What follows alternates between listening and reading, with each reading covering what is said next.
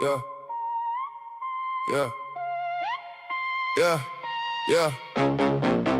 Bronx on the scene, nose to the ground, reads every scratch, every step, every sound. Dust on the boot, mud on the cuff, one wrong move and he calls you bluff. He found a lie in the turn of a face, found a fresh print in an empty place. Tail up high when the story won't blend, he don't bark loud, he just gets close. Damn, sniffing out facts, no room for slack. Truth in the crack, now we don't look back. Bronx tales, Bronx tales, Bronx tales. Chasing truth through the rails. Bronx tales, Bronx tales, Bronx tales. Corruption slips, then fails. Sniffing out facts, uncaging the truth. Corruption on a tight leash, and he's pulling it loose. Hey, hey. Idaho nights cold, over the floor. 4 names heavy in the whole town store.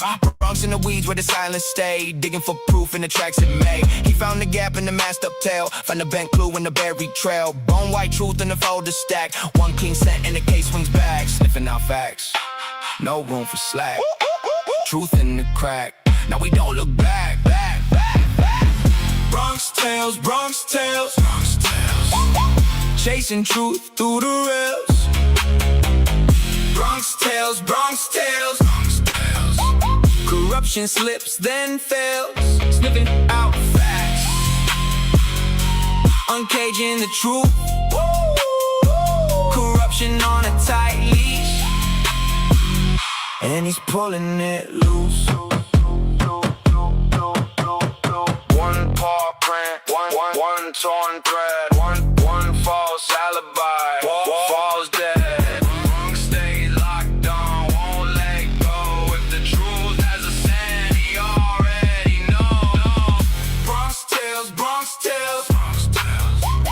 Chasing truth through the rails. Bronx tales, Bronx tales, Bronx tales. Corruption slips, then fails. Sniffing out facts, uncaging the truth. Corruption on a tight leash, and he's pulling it loose.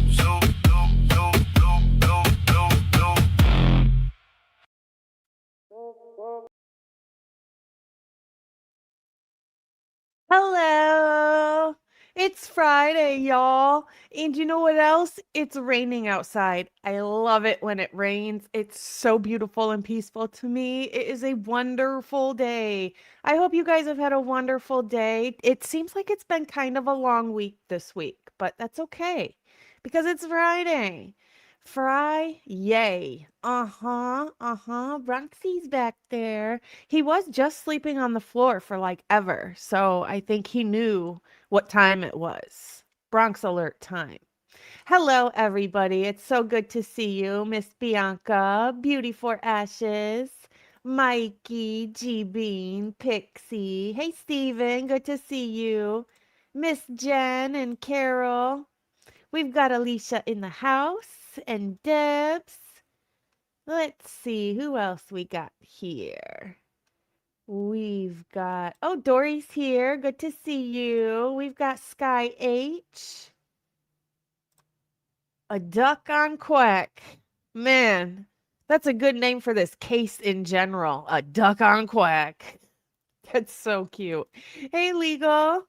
Good to see you. Unredacted.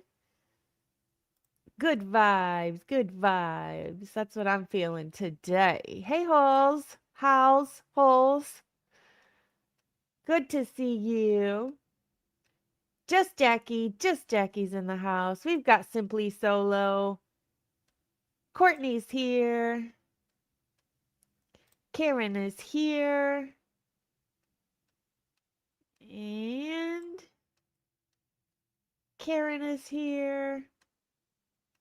Who else we got? Carol. I think I already said Carol. Bob.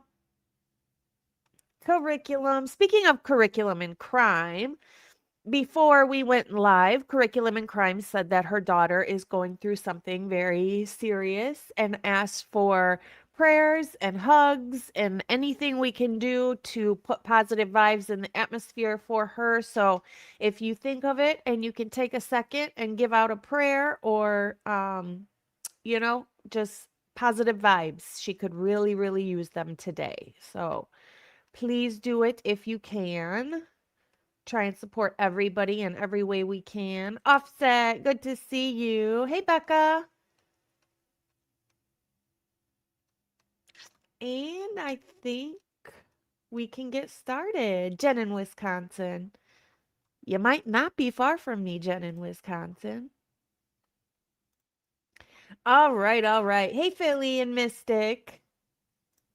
Good to see y'all. Blue-eyed butterfly. Brian's brown banana. The names you guys come up with are hilarious. I love it. Michelle. Hey, Gracefully. And Sally. Miss Kawanda. Good to see you. All right, we're going to get started because we have a lot to go over today. It's a lot. Oh my goodness. Hey, Kimmy. I saw your video at your concert. Looked like you were having a blast. Blast. I love it. And you look like you're getting a little bit burnt. Hey, Moto. So good to see you. All right, guys. I don't know if you've seen it yet. I know Lana played it earlier today, but welcome to the Canine Crew. We love having you. So possum conspiraling is in the heezy. So, Lana played them earlier. 2 short interviews with Jack D. We're going to play them because crazy. Some of the things being said are crazy. First, I want to share a short that Pav put out a couple days ago. This is very, very interesting. Just going to play it real quick. I wish I could make this bigger. I that's about as big as it gets. So pay attention back here in the background. He believes he has spotted Mawich's truck, and I can totally see why he thinks that. When you pay attention here in the background, this street is Walenta. And what you're going to notice, or what I noticed, is there's a truck that goes by. The front windows are not tinted. However, the small back window and the very back window are tinted on the truck that goes by, which makes it look very similar to Mawich's truck. So I'm going to play it.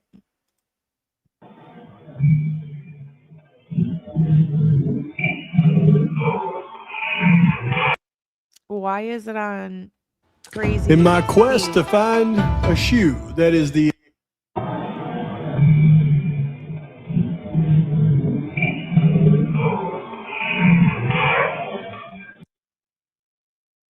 Why is it playing so slowly?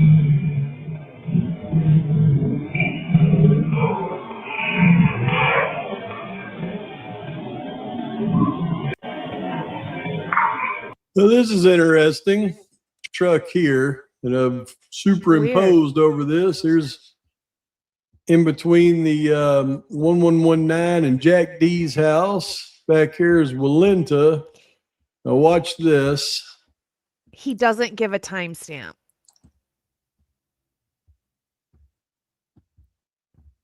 Yep.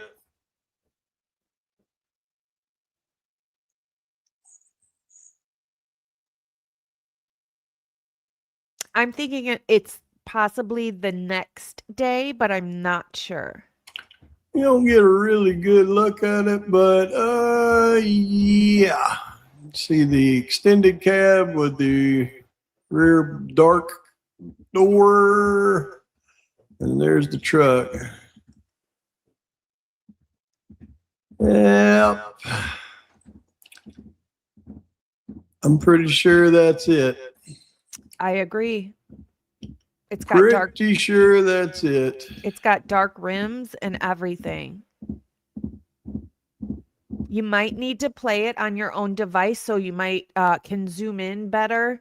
But the I don't often see cars with the front windows not tinted at all. Perfectly clean of tint, so they're perfectly see-through, but yet the back windows and the whole rear window is about as dark as you can get on tint.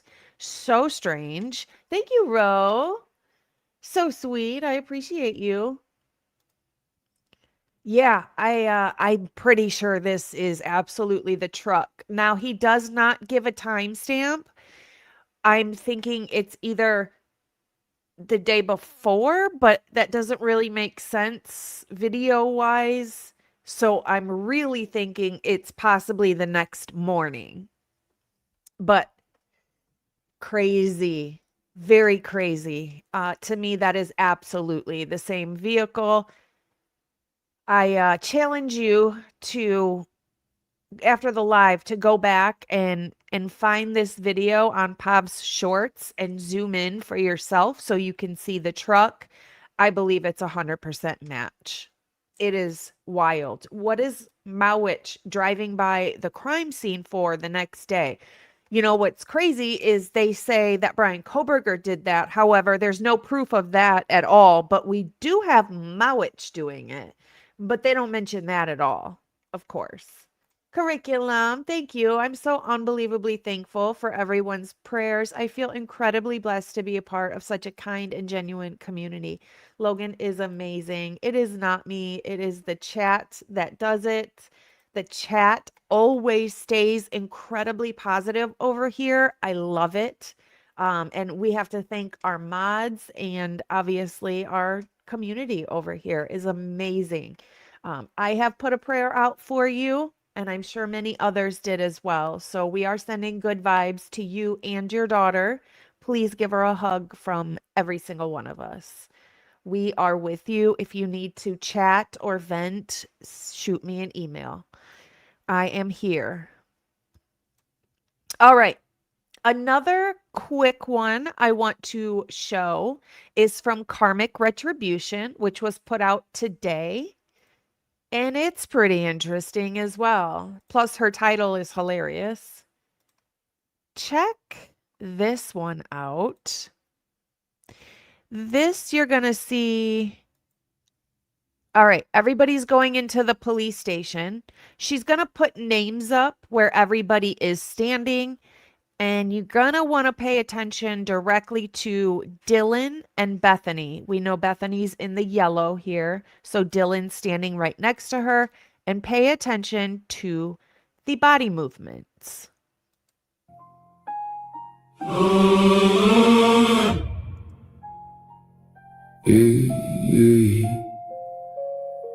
They wore smiles to the house, red cups, borrowed trust, old jokes, fake brotherhood.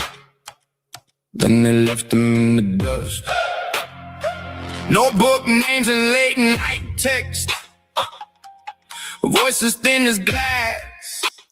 It looked like it's a possibility that Dylan actually handed something to Bethany or put something in her pocket. Some doors shut, some phones went dark, and the hours moved too fast. Somebody saw it, somebody knew. Blue lights washed the rumor, but the rumor pushed through.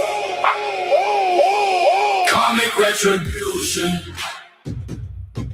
The one that you wanted to pay attention to in the very beginning was Dylan, who was standing next to the girl in the yellow. And the girl in the yellow is Bethany. Now, those two females are the surviving roommates of the IDAHO4 case, the ones that were there all night. Neither of them slept at all because we have their phone data information, and their phones show that they never went to sleep. They were using their phones the entire time. So they're pretty much the main subjects in this case, aside from the victims. And a lot of people think they're very suspicious, especially after not calling 911 for about 9-ish hours. So it looked like it was possible that Dylan, the one on the left, put something in Bethany, the one on the right, in either her hand or her pocket. Comic retribution. Ooh, you bury the truth. It comes back. Comic retribution. Comic retribution. Ooh, blood on your hands. Pay it back. Vandals in the left. I'll go back and show it again, and then I'll come right back to where we were. It's right there. You guys ready? She's going to zoom in on it. Red cups, borrowed trust. Old jokes, fake brotherhood. You know, for being a police station, you would think that their cameras would show things a little bit better, that they'd be more clear, especially for being a police station. I mean, my goodness, Ring cameras have way better quality than the cameras here in this police station. It's almost like they do this stuff on purpose. It reminds me of cameras in the interview rooms as well. There's no reason their cameras in interview rooms shouldn't be crystal clear and capture the sound crystal clear.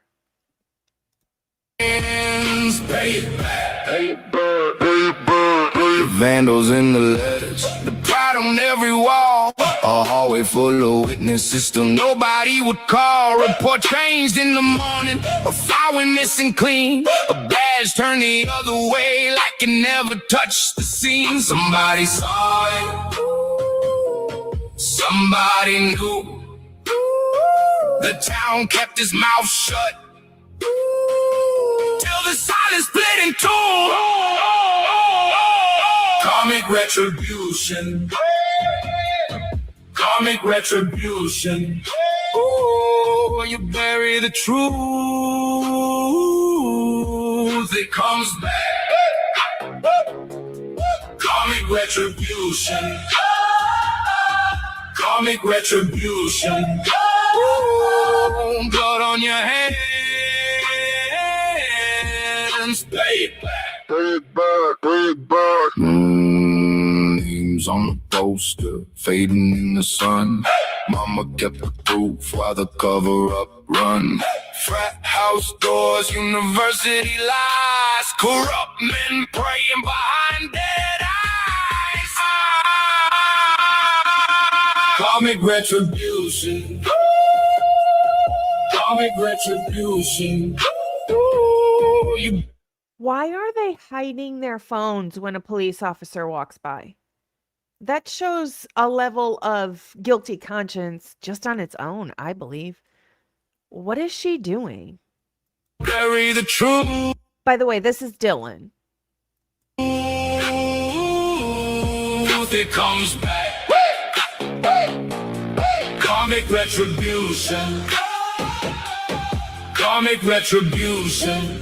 Ooh, blood on your hands. Pay it back. Pay it back. Pay it back. One day the floorboards crack. One day the masks all fall. Comic retribution. And the ledger gets so do.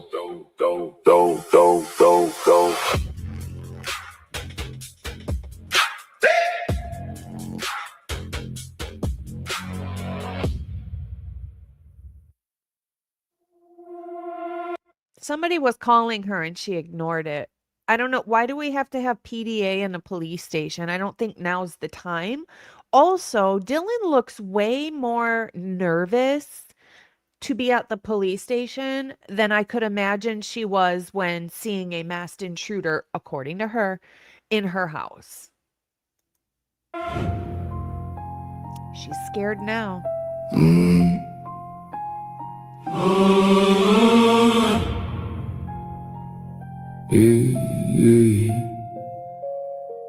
They wore smiles to the house, red cups, borrowed trust, old jokes, fake brotherhood. Then they left them in the dust. Notebook names and late night text, voices thin as glass. Some doors shut, some phones went dark, and the hours moved too fast. Somebody saw it, somebody knew. Blue lights washed the rumor, but the rumor pushed through. Comic retribution, comic retribution. You bury the truth, it comes back. Comic retribution, comic retribution. Blood on your hands, pay it back.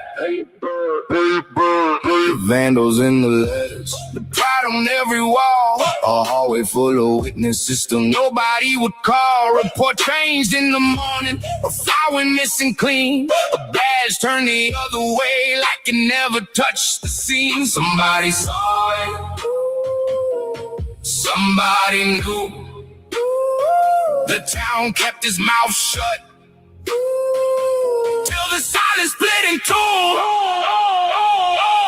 Comic retribution, comic retribution. Oh, you bury the truth, it comes back. Comic retribution, comic retribution. Oh, blood on your hands, pay it back. Pay it back, pay it back. Names on the poster, fading in the sun. Mama kept the proof while the cover-up run.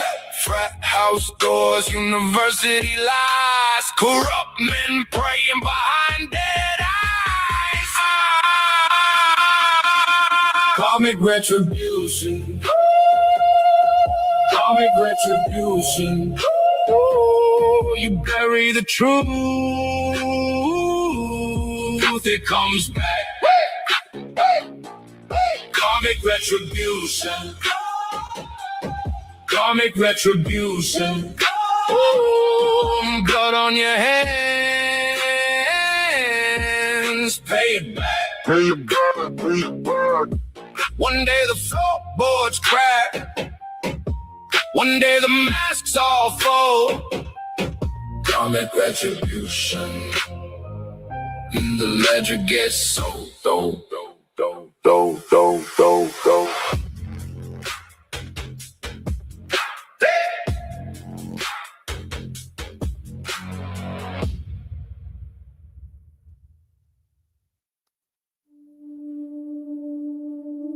I wonder if it's possible if Bethany handed that off to Count Jenna. stains, count the names.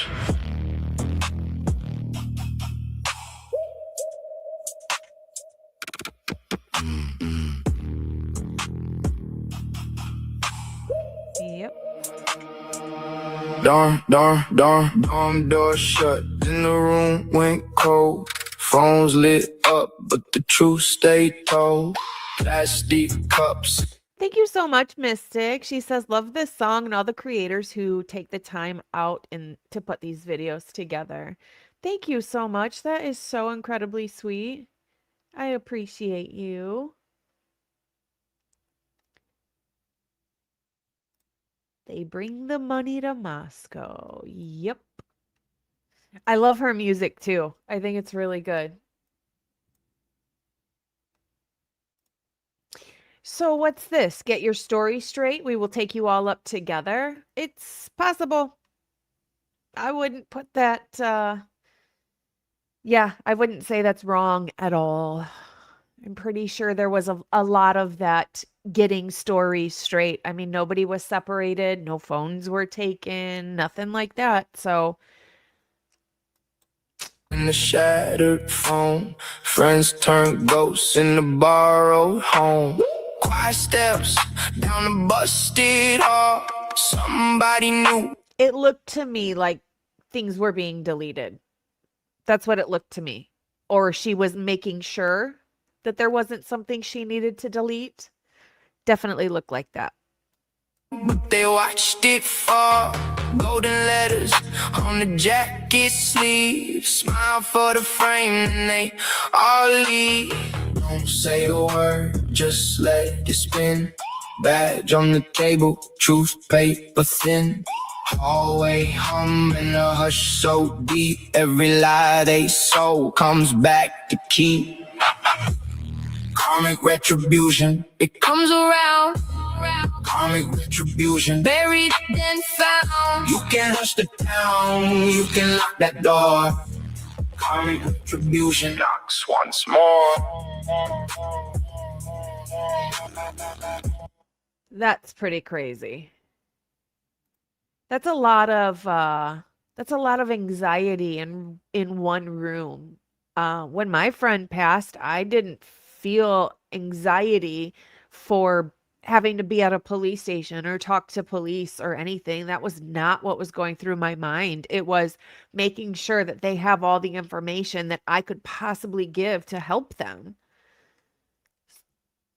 Seems like they have more anxiety having to be at the police station than anything else, really.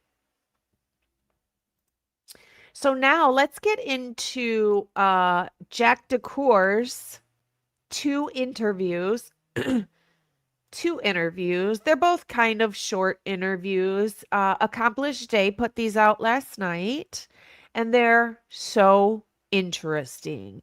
For once, he finally gets questioned with a little persistence energy here with the FBI and ISP. Van Leuven is on this. They call him on his cell phone. Let's just get into it because this is crazy. Oh, okay. Okay, it's November 21st, 2022. It is 2:06 p.m. This is Detective Sergeant Mike Van Leuven with Idaho State Police. With me is FBI Special Agent Ed Jacobson, and we are going to call telephonically, but first we're going to call his, and we're going to have a conference call with.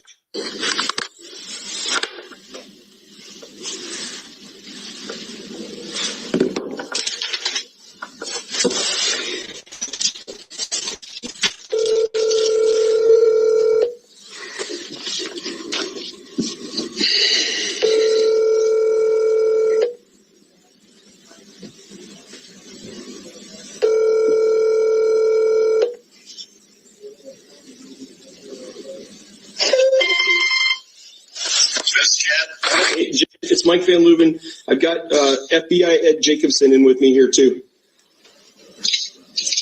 Okay. I tried calling Jim. Yep. I couldn't get him on the line.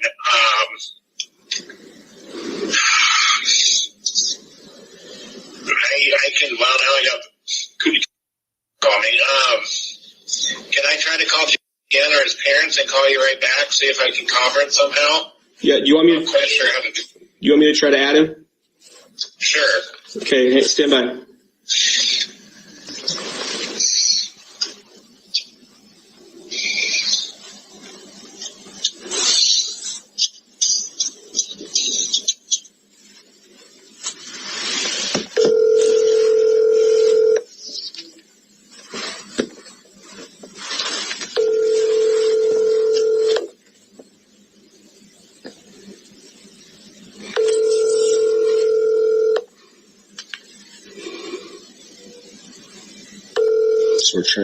I believe they did have his phone. I believe they had to call his mom's phone because they took his phone. So, yes, you are correct.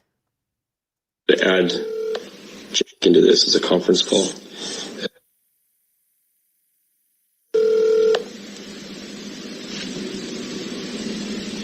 Mike Van Leuven. Your call has been forwarded to. Mike Van Leuven from ISP, Ed Jacobson from FBI, and they're going to call Jack's mom to get a hold of Jack. Decor. An automated voice messaging system. Hey, Hello? yeah, I tried his cell phone. It just rings. You want to try the parents' phone? Probably the best one to get a hold of. Okay, stand by. Or wait, didn't they not take his phone until like 2024 or 2025?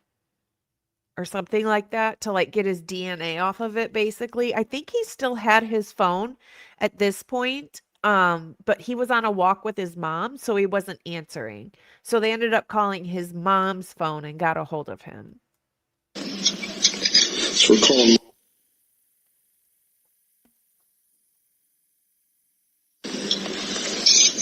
All right. Me too. Hello. Hello? Yes. Hi, this is Mike Van Leuven with the state police. I'm gonna conference in. Is that okay? Okay. Okay. Can you hear me? I can. Okay, I've got I'm on this call as well. Okay. Thank you for getting this accomplished, Day. There are huge bombshells in these. Huge bombshells. Amazing. Sorry that I didn't get a chance to reach out more, but we did try to call Jim. Okay, he's here with me. We're taking a walk Okay. with the dog. Can you possibly hand the phone off over to Jim? I think there's just a couple questions they want to ask. Okay, sure. 1 sec.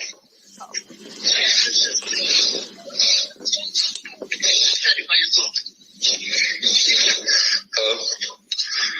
Hey, this is calling ISP and I believe the FBI agent Jacobson are on the line. They wanted to ask you just a couple questions, more in relation to some contacts with Kaylee. Okay. Not you, but I think anyone that she may have known. Go ahead, Detective Van Leuven. Hi, Jim. Hello. So I've got Special Agent Ed Jacobson here with me. He's got a follow-up question about a cocaine dealer that Kaylee may have had contact with. So, Okay. can you tell us, is Carol says, if they could not get into Kaylee's phone, how do they know about the texts talking about cocaine? Because they went through Jack's phone, and apparently 2 years ago, Kaylee texted him and said, oh, I did cocaine at this party, da da da da da. And it was the day after that she did it, that she's texting Jack about this. And Jack's like, I don't like you doing that. And she says, we're in college now. You're going to be doing it tomorrow or in no time or something like that. Basically saying it's all over the place. Everybody's doing it here. I bet anything you're going to end up doing it too. And he was like, yeah, no. And I don't like you doing that. So they got it from Jack's phone. However, these messages were 2 years ago, from my understanding.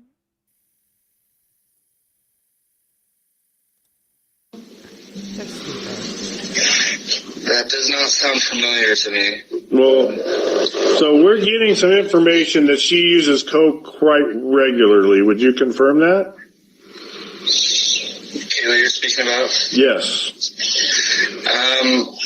Never while we were together, but she did tell me that she had done it once since we had broken up, but I did not think it was a regular thing. So we do have text messages between you where she's talking about using that. Yeah, she told me that she did it. Do you have any idea where she sourced it from? I honestly don't know. And the name doesn't ring a bell. No, it is not. You familiar with any Hales that she possibly had contact with?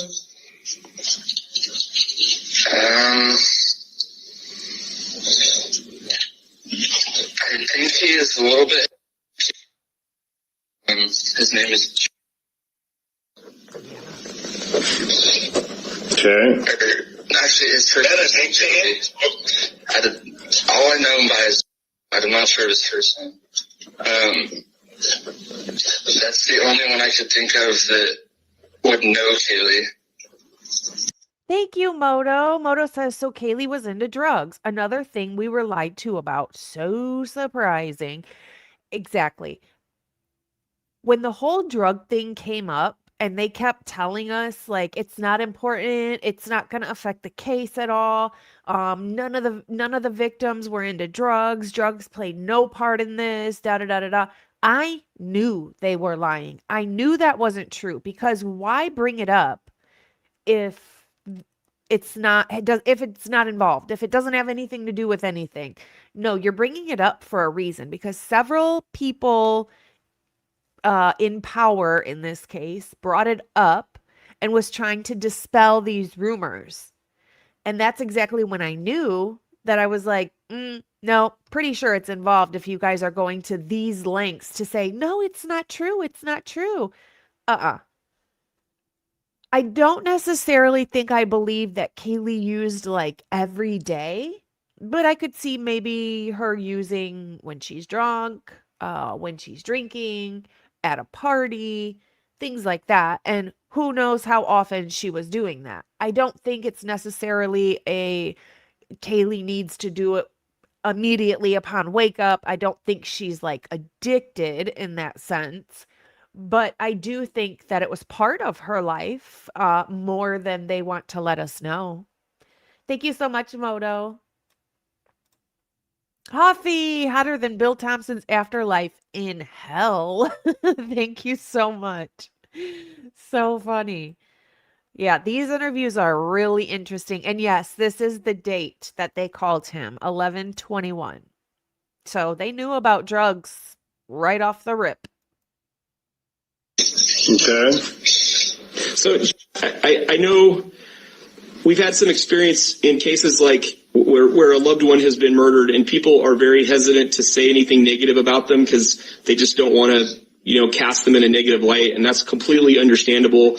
And I would feel the same way. But in this case, when we're trying to figure out who might have had something against her, we really need any nitty gritty that you have about, something that she may have been involved with where a bad person could have been involved in that. So if there's anything more about the cocaine dealer or another drug dealer, anything like that she may have had contact with, we really need that information. Okay.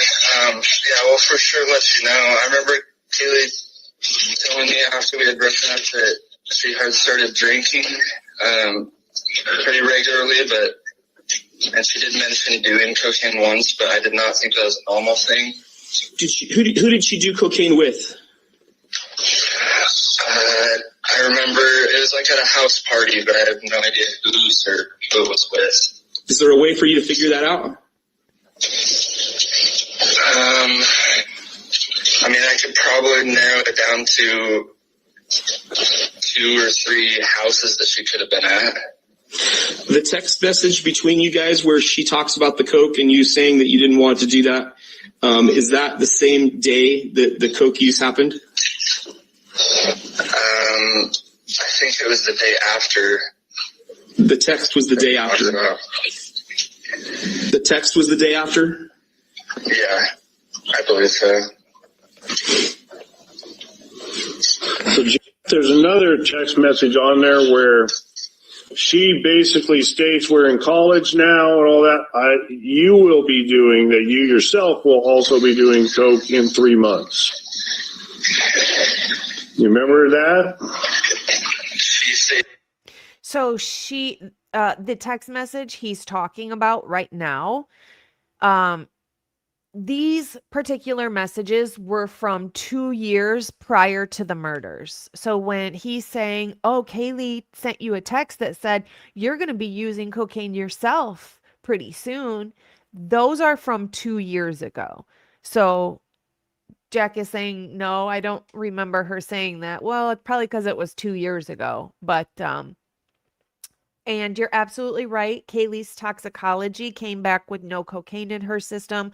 Although cocaine only stays in your system for like 48 hours, I believe. It's possible she could have done cocaine 3 days ago or a week ago. It's just doesn't necessarily stay in your system very long.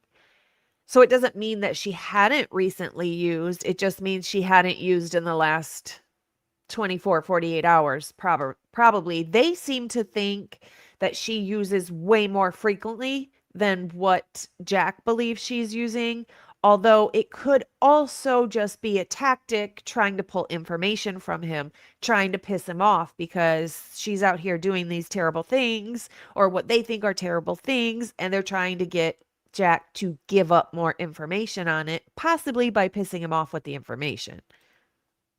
It's that I will be doing it? That you also will be doing it in 3 months. There was a while back. It was That probably doesn't make a whole lot of sense to me. It was probably 2 years. It was 2 years ago. Yeah, it was like 2 years ago.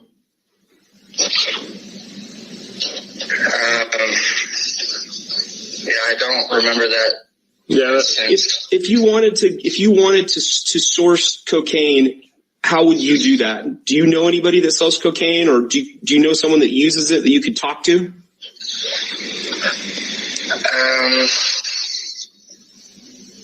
And again, we don't give a rip. We don't give a rip about the cocaine use here. I couldn't care less. No, I understand that. I do understand that. The only name that I could think of would be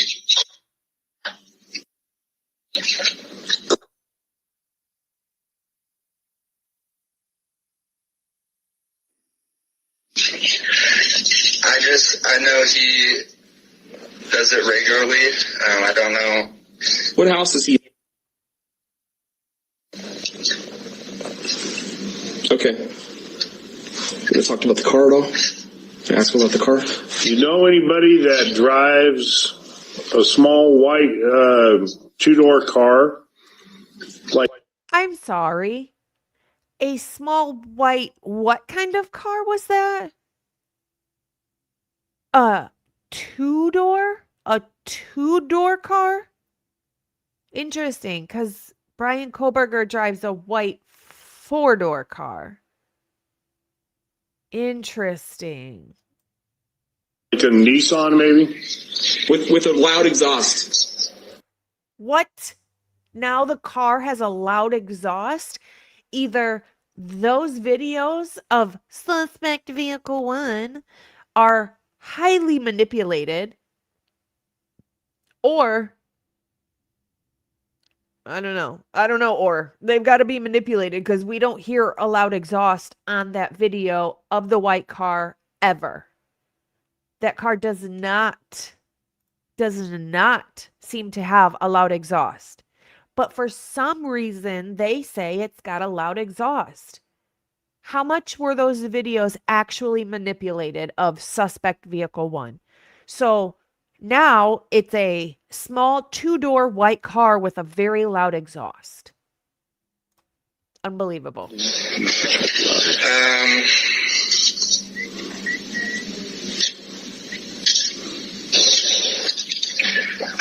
I remember it's not an Audi. Yeah. You could ask about an Audi over the weekend. I know, but this we think. That's why he asked. Sorry, I'm not trying to interrupt. No, we're now thinking it's not an Audi, maybe a Nissan. I remember a kid last year who I knew drove a white Audi that with a loud exhaust, but I don't know of anyone driving a small white 2-door with loud exhaust. It may not be a loud exhaust. Just you know anybody who drives like a white 2-door, like a small Nissan, like a what are they, Sentras and the other. I mean, they're really persistent with this being a Nissan. They could have picked any car. They could have just said a small white car with a loud exhaust. Do you know anybody? Have you seen? but they're really pushing with the fact that it's like they know it's a Nissan. Like an Altima. Altima, Sentra, yeah, that's the one I'm thinking. You know, anybody drive something like that? I don't think so. Is it, I'm trying to just White or light color? Stereotype someone. Is it like an older or a newer one? Tell you what, on nighttime camera, it's hard to tell. So imagine it's probably about a 2 or 3 year old car. Now it's a new car. Remember, this is 2022, almost 2023. So to be very specific, they're now saying this vehicle, and they sound very sure of this, a small 2-door white vehicle with a very loud exhaust that is only about 2 to 3 years old. I mean, 2015 is pretty far off from that. 2015 is much further older than 2 to 3 years. That's very specific of them. Okay. No, I really can't think of anyone. Okay.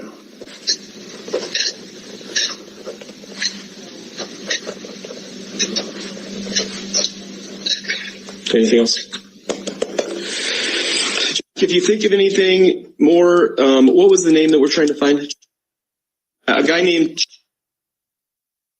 guy's nickname that we think is the cocaine dealer. If you can think anything more about that, that would be very helpful. I will definitely put some more thought into it. Okay, anything else? No. Anything else? Now, when they first asked him about the guy that they were thinking about that was a drug dealer that drove a white car, when they go to say his name, it sounds like it starts with a J-A, like a jet. I think it's very possible that they are referencing Jack Katovich because of the grub truck video. He drives a white car. I believe it is a possibility that that's the name they're saying as thinking he's the drug dealer.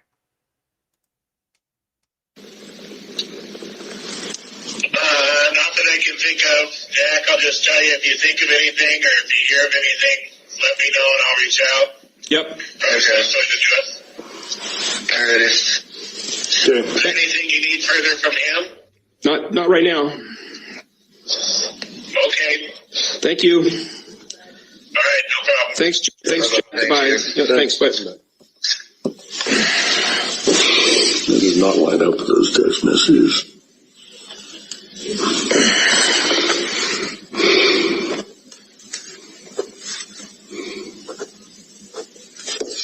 Yeah. Oh, he'd have no reason to protect a drug dealer that might have killed her. I know, but it doesn't. Well, I'm not saying that. I mean, those text messages seems like she's using and she's basically justifying, hey, you're going to be doing this too in 3 months. But is that a serious statement or is she just playing with him? It sounds like he's coming down on her.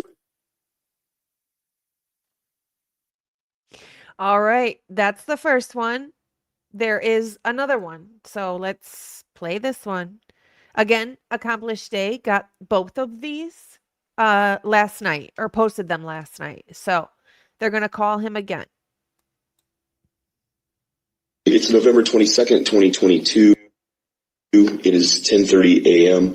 This is Detective Sergeant Mike Van Leuven with the Idaho State Police. With me is FBI Special Agent.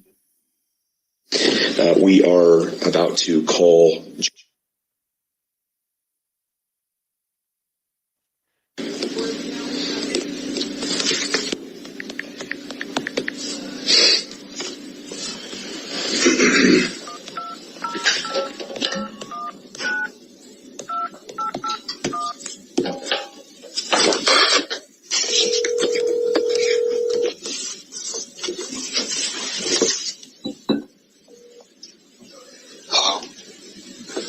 Hi, Jack, it's Mike. Give me 1 second.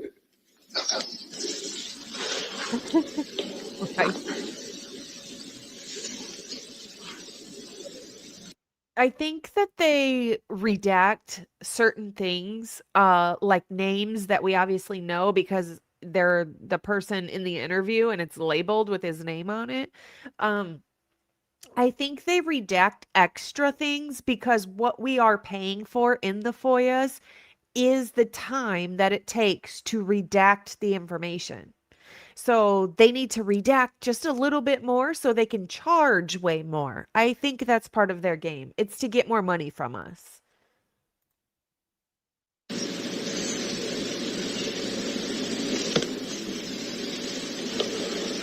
How do I make this go back to the phone screen? That too. Any ideas? Sure. You can take a look. This one here? There we go. Perfect. Hi, it's Mike Van Leuven. I just talked to Jim, went over a couple things. He said it was okay to ask you. With me today, I've got you on speakerphone here, is with FBI. He's a special agent. We just had a few things to go over. You have time? Yes, I do. Okay, so first things first, we are trying to ID this cocaine dealer that may have sold cocaine or provided cocaine to Kaylee. And I thought maybe if we went through the sorority membership list, you might be able to tell us the girls that you think would be in the best position to know who she got the cocaine from. Okay. So I'll just go down the list and you say yes or no. I think that's Jenna McClure. No. No. Kayla. I'm not familiar with who she is.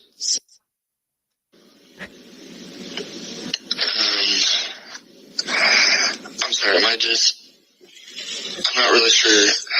Just maybe someone who I think might use it or be involved with. So, somebody who you think might use it or might be close enough with Kaylee that they would know where she got it from. Okay.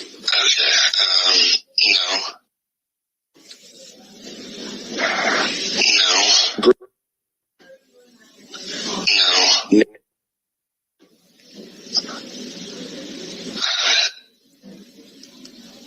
Probably not. I'm not sure who she is.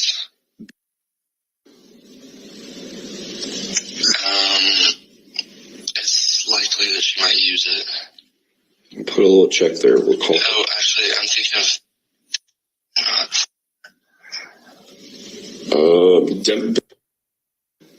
Yeah, I think she graduated last year. A lot of these girls I really don't even know because I'm That's okay. a lot younger. But I understand. That's okay. We'll just go through the list and see what we see. No. Possibly. Oh, I think that name was Natalie Gauss. Is that how you say her last name? Natalie is the person that Kaylee had beef with. So, of course, I figured he would say, yeah, she uses it. Because I'm sure Kaylee was like, she's a cokehead. Because she doesn't like her. Kaylee does not like Natalie. No.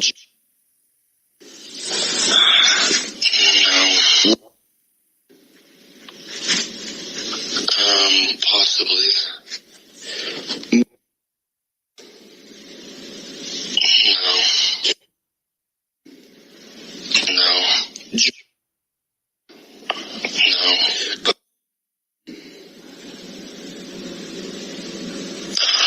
I'm not sure who she is, I don't think.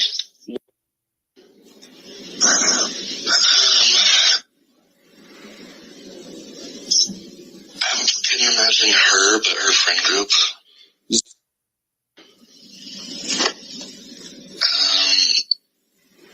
Same deal with Pond 4.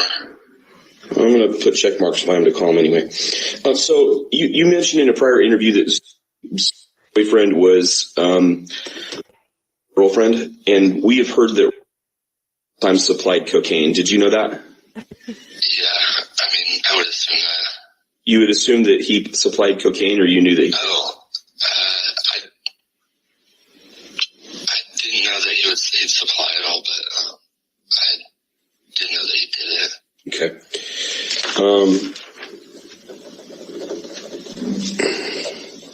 Do you have any idea where he got cocaine from?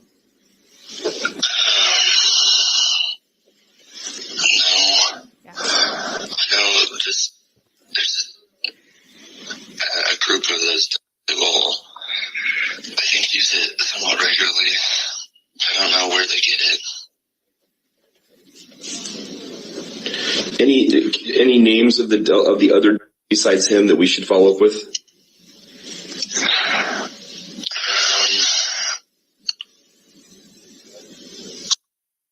I think I gave you that name. Yeah. Yesterday.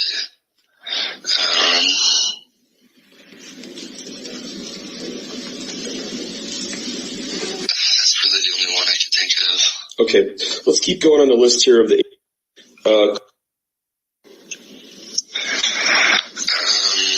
Oh yeah. Probably not now. No.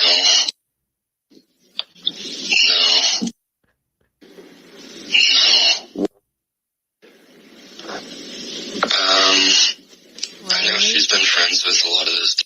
She's the one dating. So I don't think she's really hanging out with that group much anymore, but I know she was kind of part of that crowd at one point. I think it's pronounced. It's. Oh. But, no, I don't think so. Okay.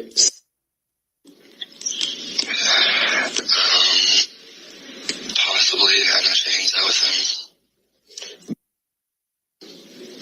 Same as, yeah, she probably does hang out with him.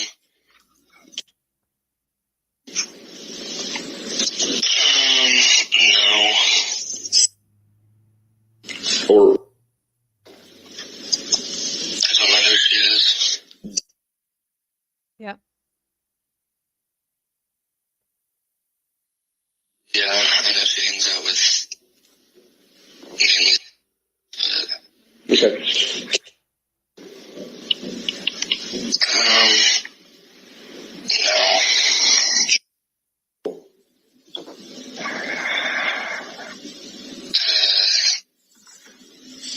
No, but she is roommates with Ben.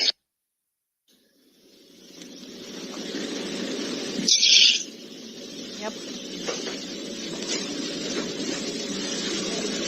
Okay.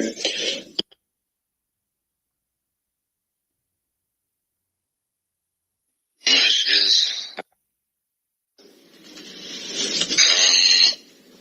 Bingo. She's dating who graduated as well and is roommates with Laura. So possibly.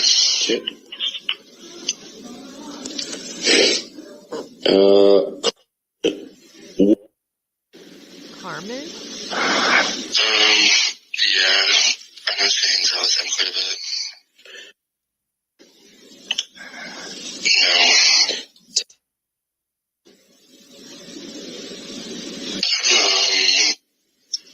Possibly. She dated it last year.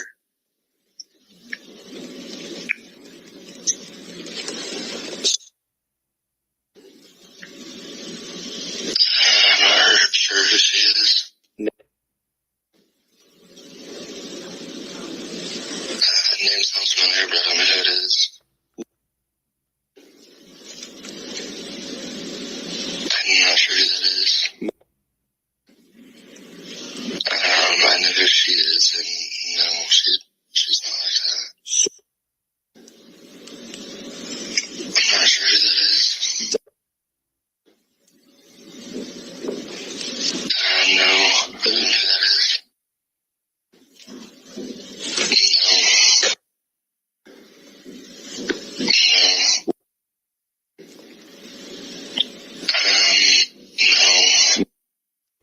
Bianca?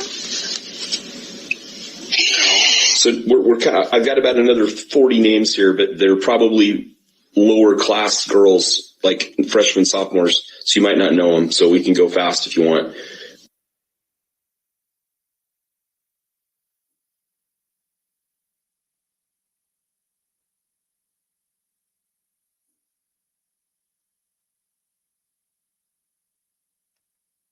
Aw, Huffy, thank you. I'm gonna let it keep playing. I'm just gonna refill my coffee super fast. Give me 2 seconds. I'll let it play though.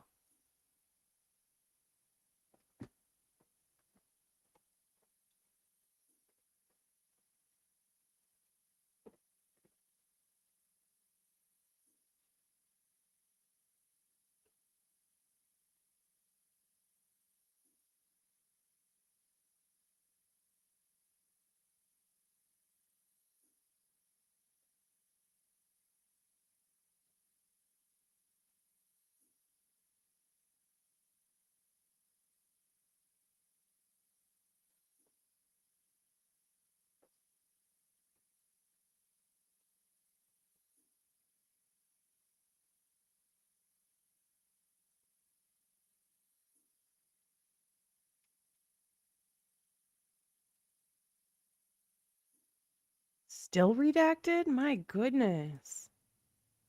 2 seconds. I was pretty fast.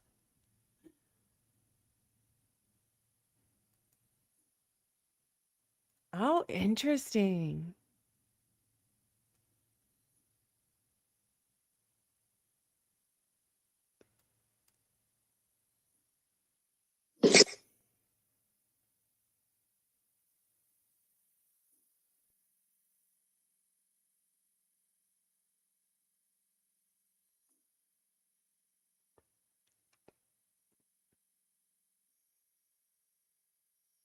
That's the list of eight.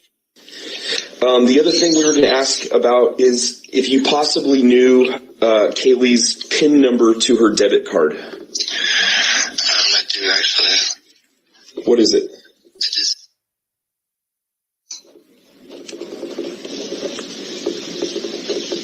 Excellent. There's some discussion that may be her PIN to her phone as well. Now, Lana brought up a really good point about this, which is actually kind of funny. Lana was like, since when has a PIN code for a debit card ever been 6 digits? Because iPhone's PIN is 6 digits. It's never less than 6 digits. So how would her PIN code for her debit card have anything to do with her passcode to her phone? One is 4 digits, one is 6. So weird. Great investigative skills, guys. Great detective work. My lord. On an iPhone, yours is 4? How? I haven't seen a 4-digit. Do you have an iPhone? I haven't seen a 4-digit code. 4-digit code for an iPhone since like 2013. Maybe 2015. Is it something you have to change in settings? I'll have to look at it. Interesting. Oh, you can select the 4. So you can change it and make it 4 digits. So it must just come like when you get an iPhone, the PIN is standard at 6, but you can change it to be 4. Interesting. Never knew that. But I don't like tech either, so.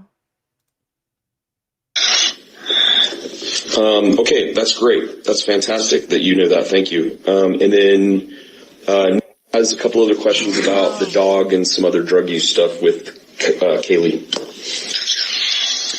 Hey, man, I appreciate you talking to me today. I won't take too much of your time. There's some pretty basic questions, okay? So just bear with me. We'll get through it pretty quick, all right? All right, sounds good. All right, man. So the first thing is with the dog. It is Murphy, correct? Yeah. Okay. What kind of dog is Murphy? He's a mini golden doodle. Okay. And how long have you had him? We got him March 12th. Of 2021, 22? Of 2022. Okay. When are you gonna come be a guest on my show? Send me an email, please. I would love to have a one-on-one chit chat with yas. Now, Mini Golden Doodle, I'm familiar with the breed, but not so much its habits. So we're going to go into some questions more about the habits of Murphy, okay? Is he more of like would you describe him as skittish or more aggressive towards people? Honestly, neither. Okay. It doesn't matter who it is. He's just going to run up to them and be excited to see them. Okay. And that's generally with anyone. Is that correct? Yeah. Okay.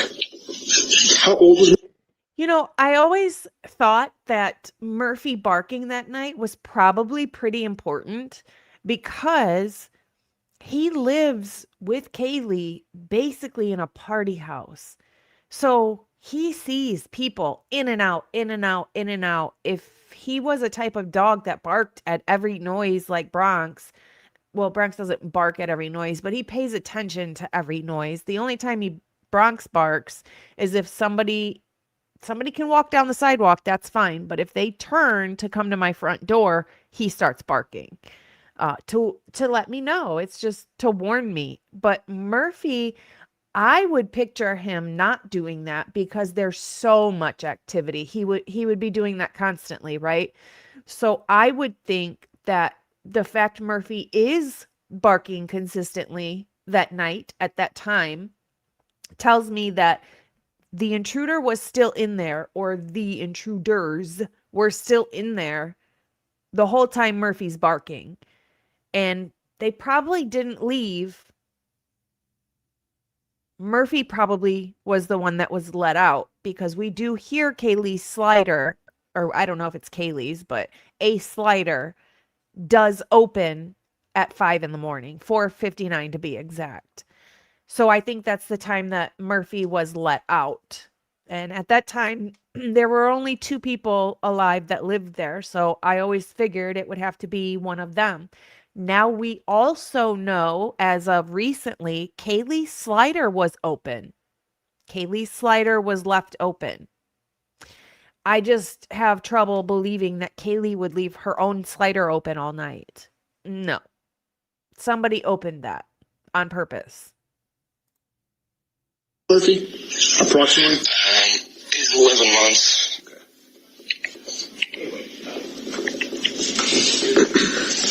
Okay. So, at the house out there, he was let out fairly often, I imagine. So when he was outside, did he bark just to bark, or did he bark at you to be let in? I know it's kind of He's not much of a barker at all, but he was never really let out and just left alone. They would let him out and hang out in the kitchen and make sure they can kind of see him from the window and stuff. Okay, so he wouldn't have run off or done anything like that.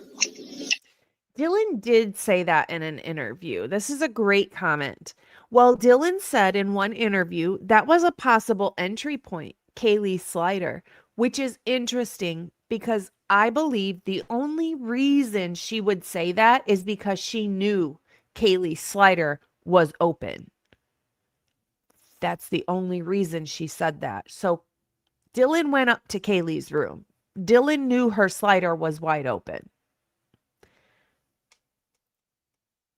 He has before, but okay. That's why they kind of try to watch him the whole time. Okay. And you said he wasn't much of a barker. When did he bark consistently? If you had to pick a time where he would bark the most, when would that situation be? Yep. When he's amped up, when you try to get him, excited or going. Okay. That's really the only time he barks. Okay, so he's never barked at, say, someone he didn't recognize or somebody you knew has never been to the house out there before? Sometimes he'll let out little growls or huffs, but he really doesn't bark. Okay.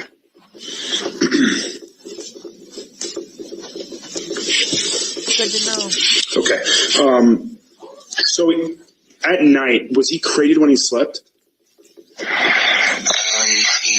would sleep in bed with Kaylee or Maddie. I know he slept with sometimes too. Okay. That's very interesting. First, I want to say I went through a lot of pictures of Dylan. I went through Dylan's pictures of her own. I went through pictures of Dylan on who was I looking up? One of their closest friends. I can't remember who it was, but there was a lot of pictures of Dylan on there. Specifically, Dylan with other people's dogs, all cuddled up with other people's dogs. Do you know what I never saw of Dylan? A picture of Dylan with Murphy or cuddled with Murphy. So she cuddles all of her friends' dogs, but not Murphy. And I find that very interesting. That's a little telling in my opinion. But what was I going to... Oh, he just said that Murphy always slept in bed with Kaylee. Whether Kaylee was in her bed, Kaylee was in Maddie's bed, Maddie was in Kaylee's bed. We know that in one interview, one of the girls said, Kaylee never sleeps in Maddie's bed, but Maddie will come in and sleep in Kaylee's bed because it's bigger. So Jack is saying Murphy always sleeps with one of the two. So when this went down, was Murphy in bed with Kaylee and Maddie or with Maddie? We know Dylan says that Murphy was downstairs with Kaylee. Where was Murphy when this all started? That's what I want to know. No.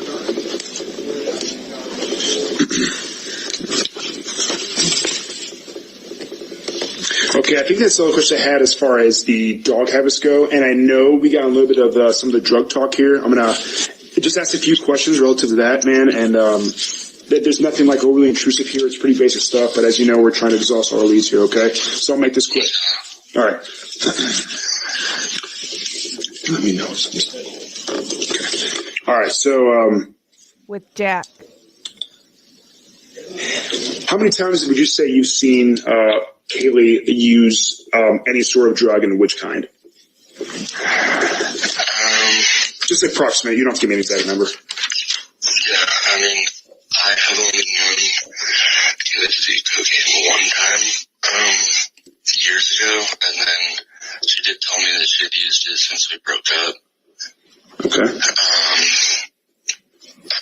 know that she's done Molly once. I think it was early last year. Okay. Oh, she's done Molly. She's done Molly as well. Listen, anybody who says I've done this one time and that's it, I don't know if I ever believe that. Usually most people don't do something one time. But it's funny because we've been told for so long that they were just these perfect kids and never did anything wrong. In a nutshell, obviously they did some things wrong, but now we're seeing and hearing that Kaylee was doing hard drugs.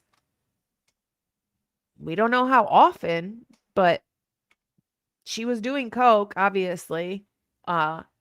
He says she did Molly last year. You know, that was her boyfriend. Is she gonna really tell him the truth when she does something bad like that?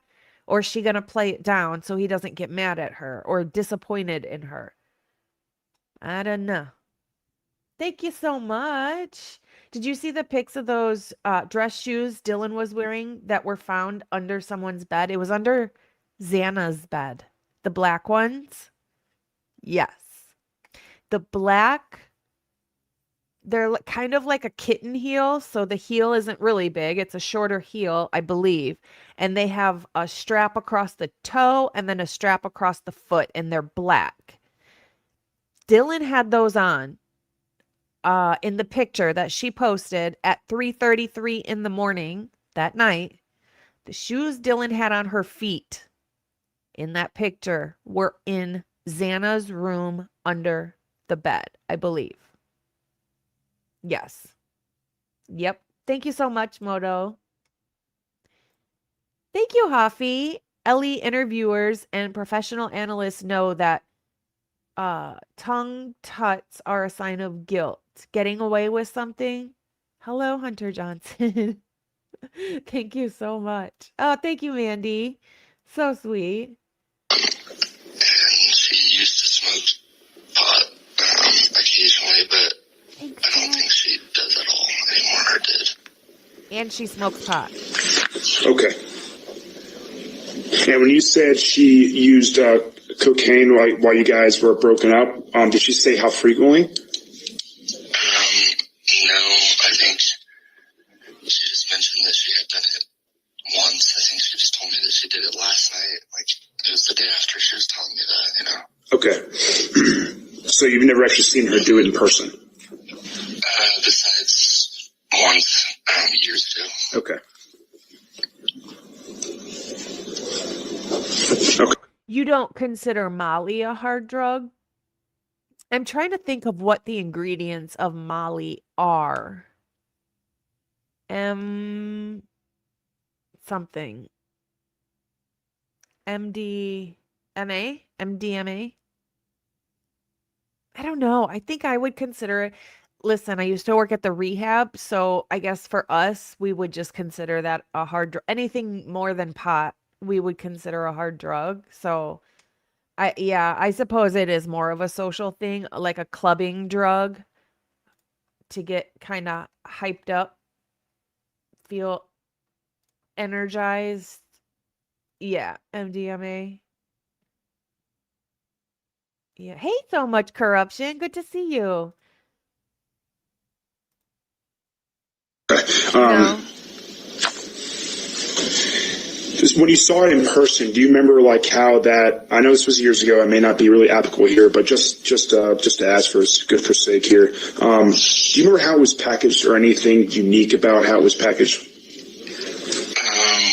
Honestly, no. I think it was just someone asked if we want to step into the bathroom, and it was already on a key, so I didn't see how it was packaged. Okay, so and then a follow-up question that would be, you don't know where, or do you know where she may have gotten it, or any avenue to ascertain cocaine at all?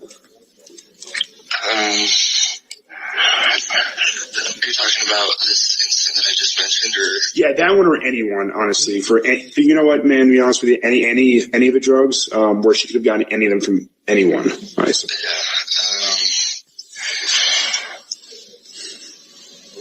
Yeah, I would think it's someone. Exactly. Just because I know that she knows. He's saying that he believes it's someone in the Delta frats that she's getting this stuff from, which we kind of already knew that it sounds like the Delta frat is who has all of the hard drugs or not hard drugs. If you want drugs, go there. Let me see if I can say the word drugs one more time. People use a lot in there. Mm-hmm. But yeah, if it's not, then I don't know who. Okay.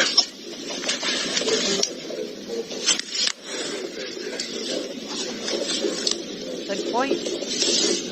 Let's see. I can't imagine Kaylee going anywhere outside of that to buy. Okay. Just because, she knows them on a personal level. Sure. How does she know? I'm assuming you're talking about, how does she know? When I was speaking about. I'm sorry to pause it again, but this was my thought as well. Dylan says, this part I truly don't believe is an investigation into the murders. I think this is a drug.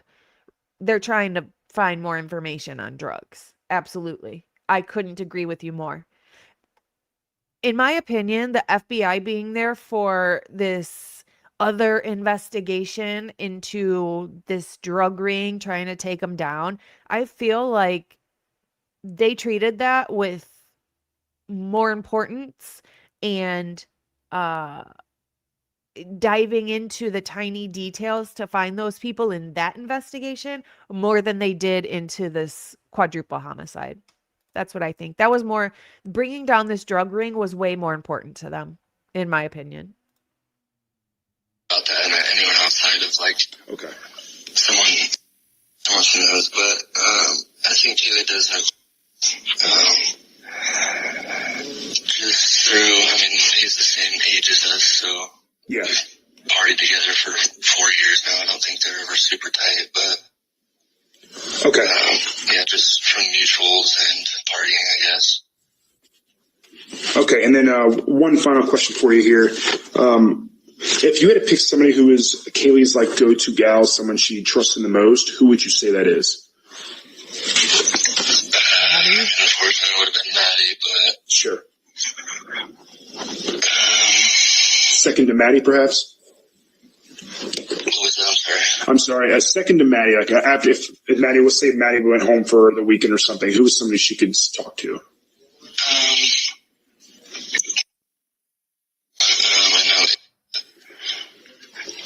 almost just naturally, like, is like a counselor and loves talking to people about their problems and condoling them.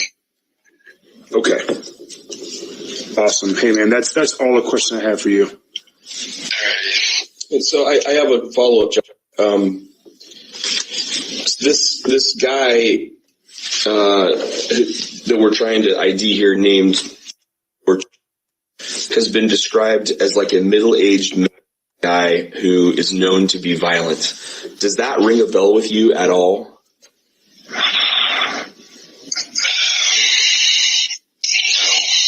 I mean, are there any middle-aged dudes running around the campus that you've ever heard of? No. That's kind of what A middle-aged guy that is violent. That sounds like Mowich, Leonard, the one that starts with an S, that Pav always talks about. It sounds like they're looking for one of those guys, possibly even Mowich himself. Steven says, Jack sounds very meek to me, like Kaylee was the boss or the mom in their relationship. I could be off, but it's just an impression. I think you're spot on, because even the roommates described Kaylee as the mom of the group. And I think that that's how she treated Jack as well. I think he was very submissive to her. And maybe that got old to her, or maybe she just wasn't a monogamous type of person. But I could see her being more like mom-like to him, and he's just like, just takes it. Because, I mean, honestly, I'm not trying to be rude, but he's not the best looking guy. So maybe it was just that he was super nice to her. But I could see her totally being the mom. I think in this picture, she looks like Aubrey or Autumn a lot. I thought. Maybe middle-aged, maybe just, he may not be, maybe just Slocum. perhaps of that variety. Yes, don't know. Yeah. Okay. Okay, thanks very much. That's all we got. Appreciate you talking to us. Thanks, Jack. Yes, thank you. Thank you. Bye. Bye-bye. Okay, we're going to stop tape here at 10:52. That's it for that one. Those had lots of good bombs in there. Lots of good bombs. I mean, now we know. I think it's safe to say, since they're saying it in private phone calls, we're looking for a small, white, two-door Nissan with a loud exhaust. That's pretty specific. And it surely isn't an Elantra, a quiet Elantra. We know Bryan Kohberger's car is not loud by any means at all. We've heard it many times. Yikes. I mean, now that that's out there, I'd be taking that as part of my exculpatory evidence. This is the car you guys were looking for. Why? So why'd you arrest me? Because I don't drive a two-door Nissan has a loud exhaust. So what's going on here, really? Why am I being pinned for this? I mean, did they interview anybody else that drives a white Elantra? They said there's 30,000 of them in that town, or whatever the number was. 20,000 of them in that town. Did they interview anybody else? Or did they just look up the first Elantra they saw, looked into that person, and arrested them? Because now it seems pretty weird. Yeah, 22,000. That's a lot of the same vehicle to only look into one of them and then arrest that person. Very strange, especially when it sounds like that wasn't the car they were looking for. Yeah. I mean, let's take this kid who's going through hell right now because his girlfriend broke up with him. She's sleeping with all these other people. I'm sure he knows about it. He lives right next to her. Now she's been murdered. Now he's in a really dark place. We knew he was already in a dark place. So he's in a dark place. And then they're wanting to talk to him about drug dealers. I don't think it had much to do with the 4 murders. I think that they were on a different path and they were trying to get him to snitch for free. I see you, Farley. Nissan Sentra. Yep, that's what they said. Nissan. Weird, huh? Yeah, I agree. I think he was really going through it. And I know that there's people that think he's possibly involved. And I don't cut him out completely just because if it was any other person, any other situation, that's probably who you should look at first, right? Is the bitter ex-boyfriend who's going through a hard time, that lives really close, where there's pictures of him on his roof. But I don't know. I think he was going through a lot. I don't know. I'm always torn with him as far as, yeah, I'm always torn. Like sometimes I'm like, oh, he could have. After I hear something or somebody say something, but then I look at him and I'm like, I don't know. I don't know about that. All right. I want to share, jeez, excuse me. I want to share the beginning of this video of Pavs, and I want to get your guys' opinion on what he is saying, what he thinks is going on here, because he says some interesting things at an angle that I didn't really think of, and I'm not sure I'm 100% on board, although his take on it is very interesting. So I do want to play, hey, good to see you. I do want to play the little bit of the first part of this video and get your guys' opinion on it. Why do I always do that? Now I'm annoying myself. All right. Many reports and mainstream morons and interviews being conducted and newspaper reports or whatever you call a newspaper report these days. But you can grab your information from so many different directions, which I find fascinating. And I believe by the end of this video, you're going to find it fascinating as well. And I implore anybody that, like I watched my guy Dago the other day. I mean, me and Dago are cool. I love that dude. But they were going through and they were having conversations on the video that I put out. More than welcome to do it on this one. Bronx alert. Let me move this forward a little bit. There's kids yelling outside. He wants to play. Okay, we'll start here. With these individuals. Well, we've already done so much work up to this point that we know who's expendable in all of this, right? The ones that are expendable are Brent Turby. Why is he expendable? Because Nodell has done most of the part in the crime scene recreation that he's supposed to do. And then the defense team has 2 other experts that are working on the crime scene recreation, along with Nodell. And I have to pull their names for you, but they. Could you imagine? I just saw this comment and it was really good. It's back to, we're going back to talking about Jack D real quick. In my opinion, the perps contacting Jack D at the times of the torture and ending, getting him to come to the house, lay the blame at his feet, jealous boyfriend. That's an interesting take. I always thought it was possible that they were calling Jack D for help because they weren't sure if it was serious enough to have to call the police or 911. So they called Jack knowing he's close. Or was it somebody that was calling Jack D from their phones? If Jack D answered, they'd hang up, maybe seeing if he would wander over, and now he's in the middle of a crime scene. Now his DNA is there. Now he's standing there. Now he's in the house, and Dylan's alive. Bethany's alive. What happens if they come out of their door and they see Jack D there and all of their roommates are dead? Is it possible that it was somebody trying to get Jack D to come to the house to take the fall for it? I don't know. That's a good point.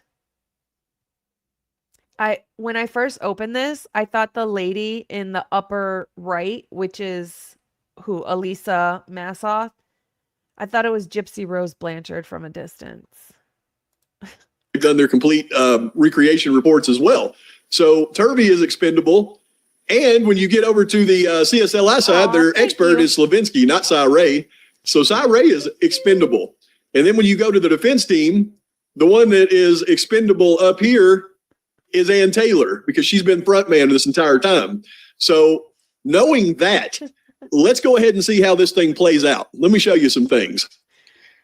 I said in my video the other day, and everybody out there that watched it heard it explicitly, that part of this plan is going to have to be one of Kohberger's defense attorneys falling on the sword. And what that means is if none of his defense attorneys were willing to fall on the sword, then there's no way Kohberger would be able to gain any traction in his post-conviction relief. That's why I say you've got to understand that. If they weren't willing to fall on the sword, all they have to do is write an affidavit saying this is what I did. Post-conviction relief goes away. There's nothing anybody could do. But if one of them... Come on, you guys. I have an iPhone mini. If that tells you how I take care of my phones, I still have an iPhone mini. Perfect condition. So imagine this picture, Elisa Massoth up in the upper right-hand corner on an iPhone mini. She was like this big. And I was like, they gave Gypsy Rose a degree in being a defense expert or something. What the heck? And I was like, oh, that's not Gypsy Rose. And we're willing to fall on the sword, the post-conviction relief actually can happen. So one of them is going to fall on the sword. Now, I want you to really pay close attention as we go through this entire video, because something's going to become very clear to you. You're going to hear everybody else's names mentioned by each other. And the two names that you're never going to hear brought up are going to be Bicca Barlow and Elisa Massoth. That's why I like it. It's like perfect. It's perfect for my hand. It goes right in my pocket. I'm not even going to say it because I'm not going to jinx myself. Dropped it. I've never dropped it. Thank you so much, Huffy. We appreciate you.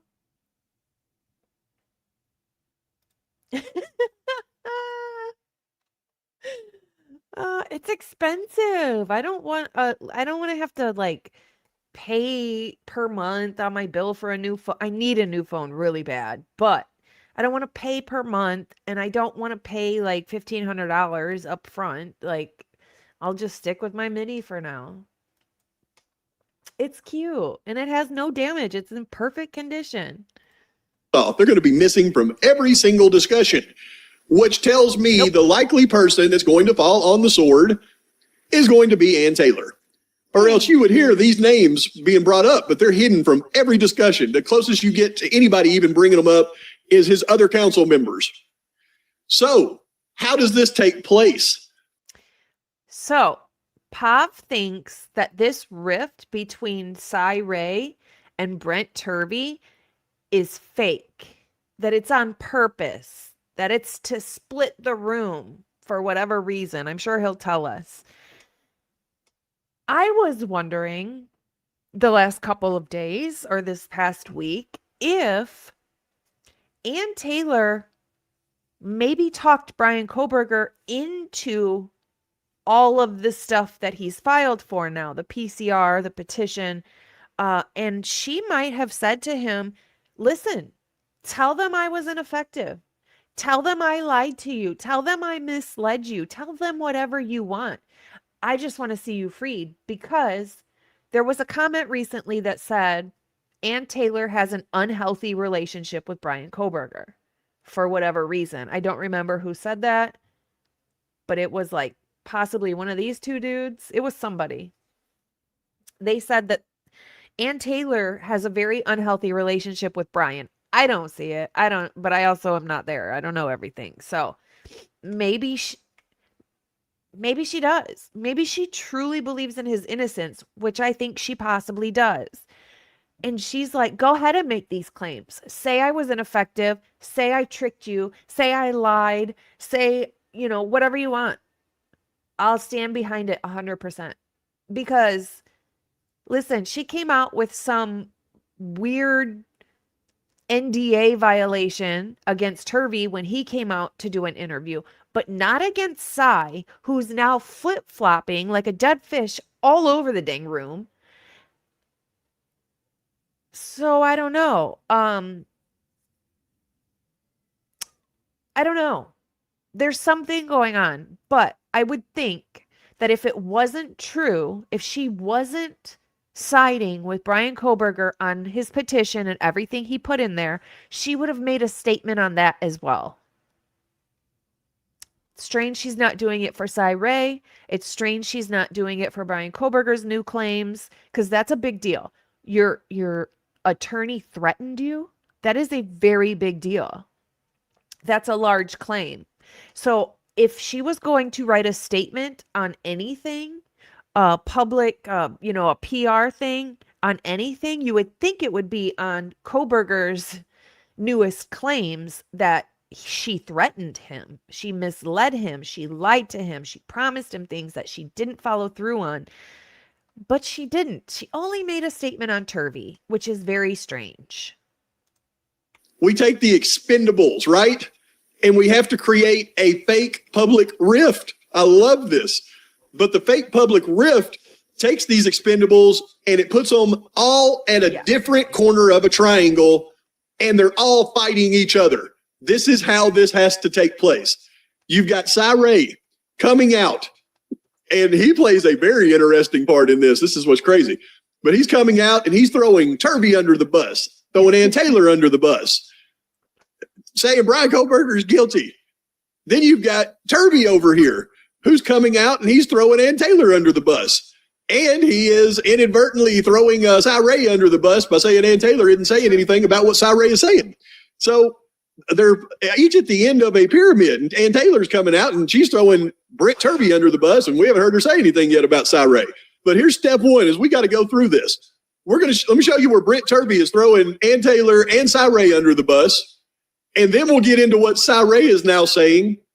And it's the most hilarious thing I've ever seen in my life. And when we get to the SY RAY part, I'm going to show you why what SY RAY is saying is absolutely part of the game. It's absolutely part of the game. Watch this. Okay, first, let me show you how Brent Turvey fires off against both SY RAY and Ann Taylor, okay? You've got to see this from so many different angles. It is really interesting to watch it all play out. So, Kohberger defense expert wants his lawyers under oath after killer cites findings and bid to undo guilty plea. He wants the lawyers under oath, like Turvey is throwing Ann Taylor under the bus, and he's demanding that they put her on the stand under oath, which is exactly what everybody on the Kohberger conspiracy wants to happen. That is where Ann Taylor will fall on the sword. So now we're demanding publicly that she is put on the stand under oath so that she can literally do that. And who's doing it? Turvey. In the article, though, let's see what it says. Forensic expert, formerly retained by Bryan Kohberger's defense, wants the admitted killer's former lawyers on the witness stand amid a push to renege on his guilty plea in the murders of 4 University of Idaho students. Everybody involved needs to be put under oath. Start with Ann Taylor and her legal team. Defense expert Brent Turvey told Fox News Digital. Kohberger pleaded guilty in July of 2025 to the unalivings of Ethan, Maddie, Xana, and Kaylee. He was sentenced to 4 consecutive life terms without parole and an additional 10 years. There's the affidavit and all that we've already heard about. Kohberger recently filed a petition for post-conviction relief seeking to undo his guilty pleas. He alleges he was coerced into accepting the plea agreement and that his attorneys failed to communicate potentially exculpatory evidence. The petition references hair evidence recovered during the investigation. The hairs were found under where Cheapman's right hand was photographed in Kernodle's bed, affixed to the frame by dried blood. It's the side of the bed that was touching the wall. In December, before sentencing, Turvey examined the state's evidence and saw that it was still present on the bed frame. There's a photo. In terms of color, the hairs are a mix of light and dark brown. Now that's interesting. The color of the hairs were a mix of light and dark brown. Does that not sound like somebody who has highlights in their hair? A female that has highlights in their hair? That's what it sounds like to me. By a rough estimate, there are more than 24 visible strands, and we've all seen that on the bed frame. Although there are no measurements for reference in the photo, the strands appear to be between 3 and 4 inches. That is incorrect. Those strands of hair are definitely more than 3 to 4 inches, as we see right here. Turvey, a forensic scientist and senior partner at Forensic Solutions LLC, who has testified at more than 70 trials, found the hair when he traveled to Moscow, Idaho to review evidence in person. He said Kohberger was ruled out based on physical examination of the hairs, but they were not DNA tested. The FBI lab said Kohberger is excluded. Turvey told Fox News Digital this is not his hair. The hairs were first publicly described in Christopher Whitcomb's book, Broken Plea, which Kohberger referenced in a New York Times interview. Kohberger also mentioned the hairs specifically in his petition for post-conviction relief.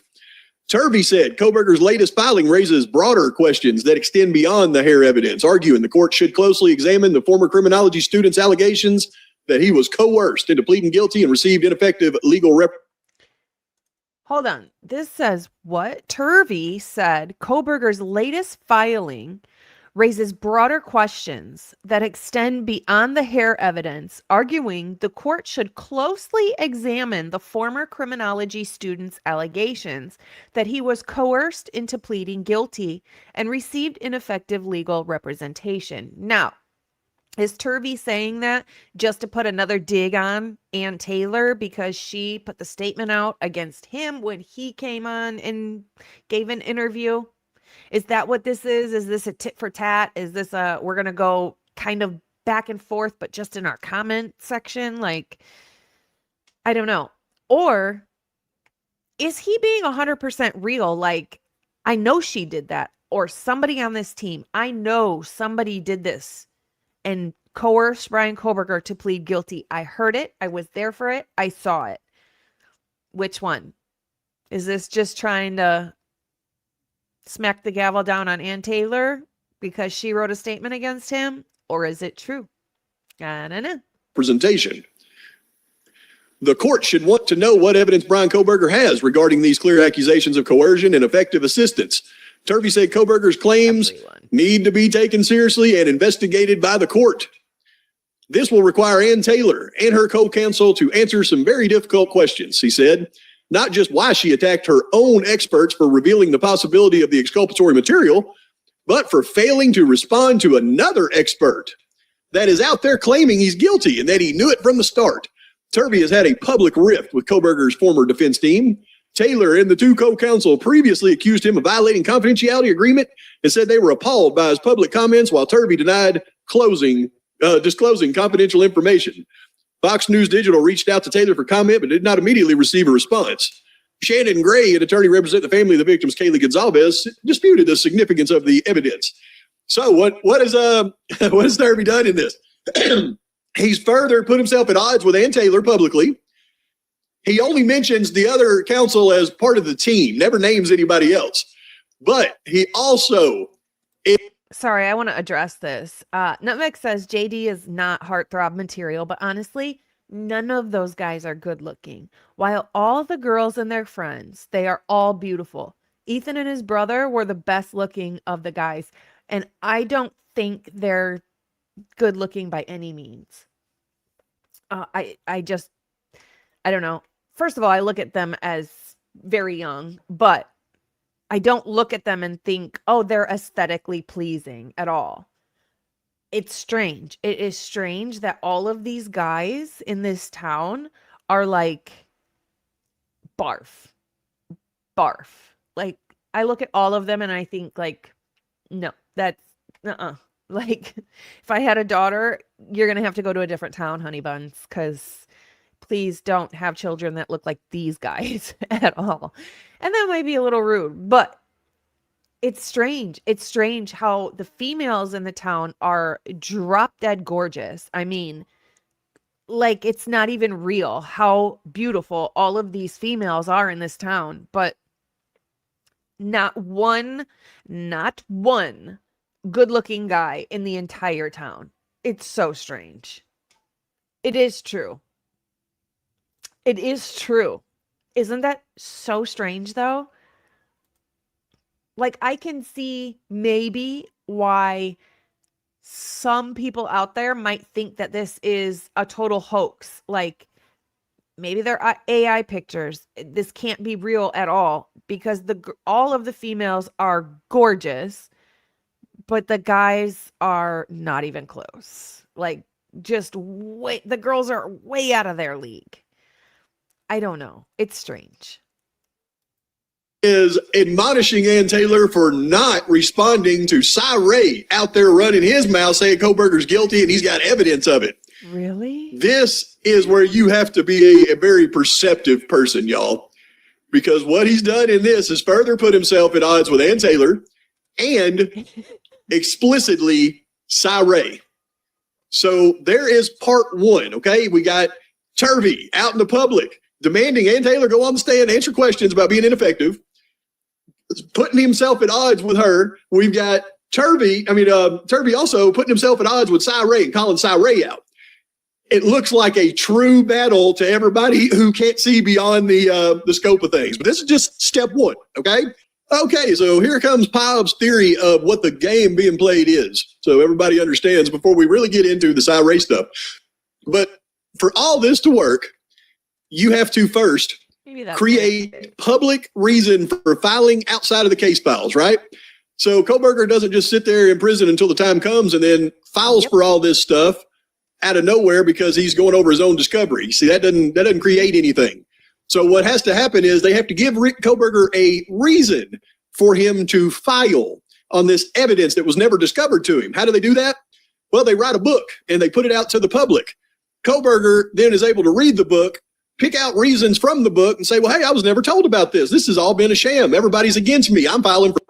That's pretty much all that I wanted you guys to see and listen to. Pav is saying that it's highly possible that this public rift is on purpose. And it's possible that Brian read Broken Plea, and that's where he got all this information. He didn't even get it from his own defense team. He read Broken Plea, and that's how he knew there was hair that wasn't tested.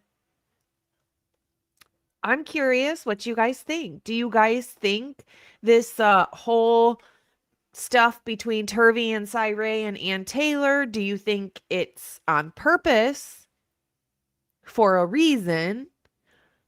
Or do you think it's real? Do you think that they're really just like at odds with each other for whatever reason? Something went on behind the scenes that we don't know about and they're fighting for real? Or do you guys think, and also, do you guys think that Brian got most of his information from reading Broken Plea? I think it's possible.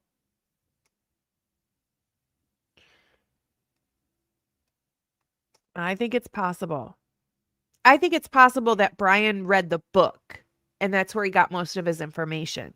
I haven't heard until Pav put this video out, which I think was today or yesterday maybe, that the fighting between these people could be actually fake and on purpose. And I have never thought of that. So I don't know where I stand with that. I don't know if I believe it or not. I think it's obviously a possibility. Anything's possible, but I'm not sure that I 100% agree with that.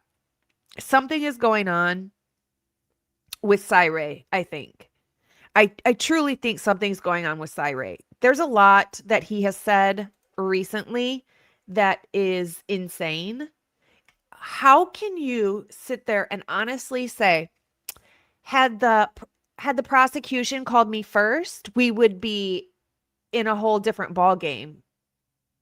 But the defense called me first. So I did work for them and wrote everything out and did all my investigating and was going to prove Bryan Kohberger was not where the FBI said he was, which would make him not guilty.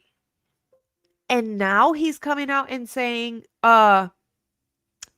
you guys are just, or he should be glad that the prosecution didn't get a hold of me first. So what? That means all of your investigating would have been the exact opposite? How? Cell phone data is black and white.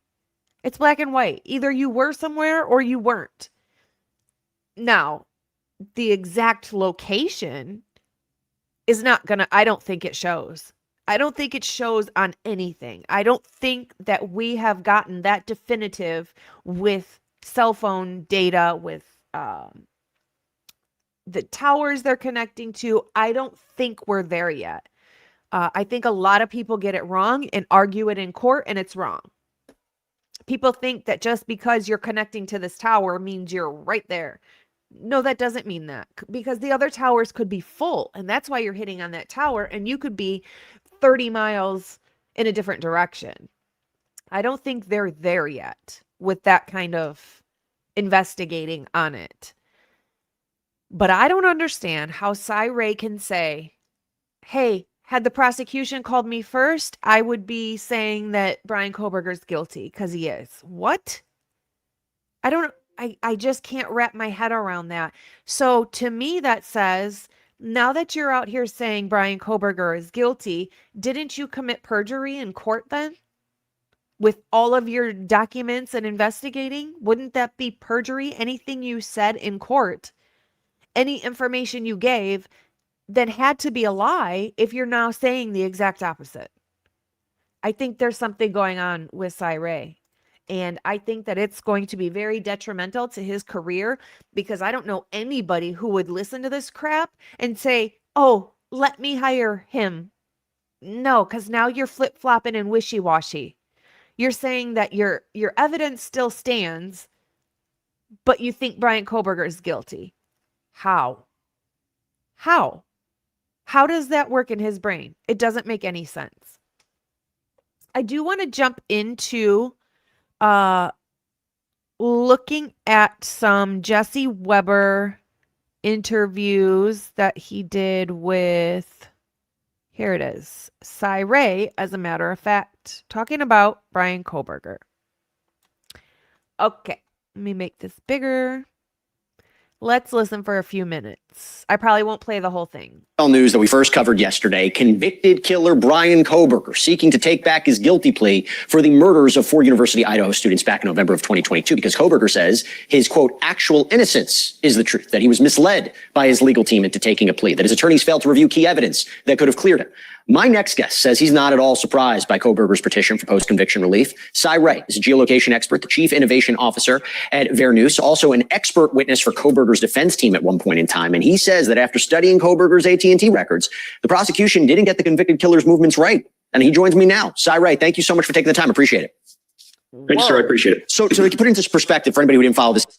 Why is his face so close to my eyeballs? I don't like it. Scoot back. Get back. Get back. You don't know me like that. Case, the prosecution was prepared to present cell phone evidence that his phone went dark before the murders, Wi-Fi cellular data was shut off, turned on after the murders, and they would say that when you turn it on and off, they could track him leaving his residence and then going back to his residence. Where do you say these AT&T data records and the way they were studying it is wrong? Yeah, I think the first part of this is they only look at a portion of it. So instead of looking at 90% or 100% of the records that were provided, what was mapped and actually disclosed as work product was closer to 8%. And these gaps, when you fill them, tell a completely different narrative. When the phone was turned off, it was still in Pullman. He was not eastbound. He was not driving to Moscow. How do you know that? How do you know that? Well, number one, they got the time wrong. They said the phone disconnected from the network at 2:47. It really disconnects from 2:54. And I realize that's only a difference of 7 minutes, but the cell site that the phone is using at 2:54:45 that morning is the cell site that provides coverage to the Kohberger apartment at that time. So it's using a smaller cell site that actually provides coverage to the place that he lives. It's his primary cell site. But just to jump on that, so let's say they got that wrong. Does it still come back on its way to Pullman, Washington? I get the argument was, isn't it so convenient that he turns his phone on and off right before this key time, that there was only 4 periods of total inactivity from June 2022. One was the night of the murders, that the days before and after the murders, he used a VPN to make his activity anonymous. Where do you think this is wrong?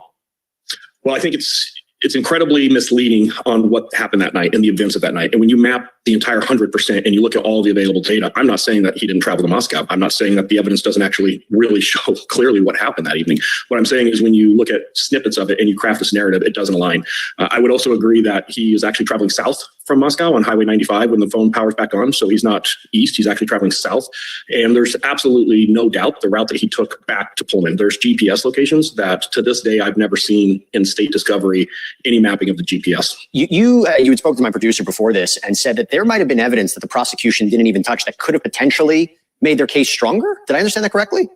Yeah, 100%. And it's staggering to me to think about the fact that this has never been brought to light. There is GPS locations that was provided in this case by AT&T.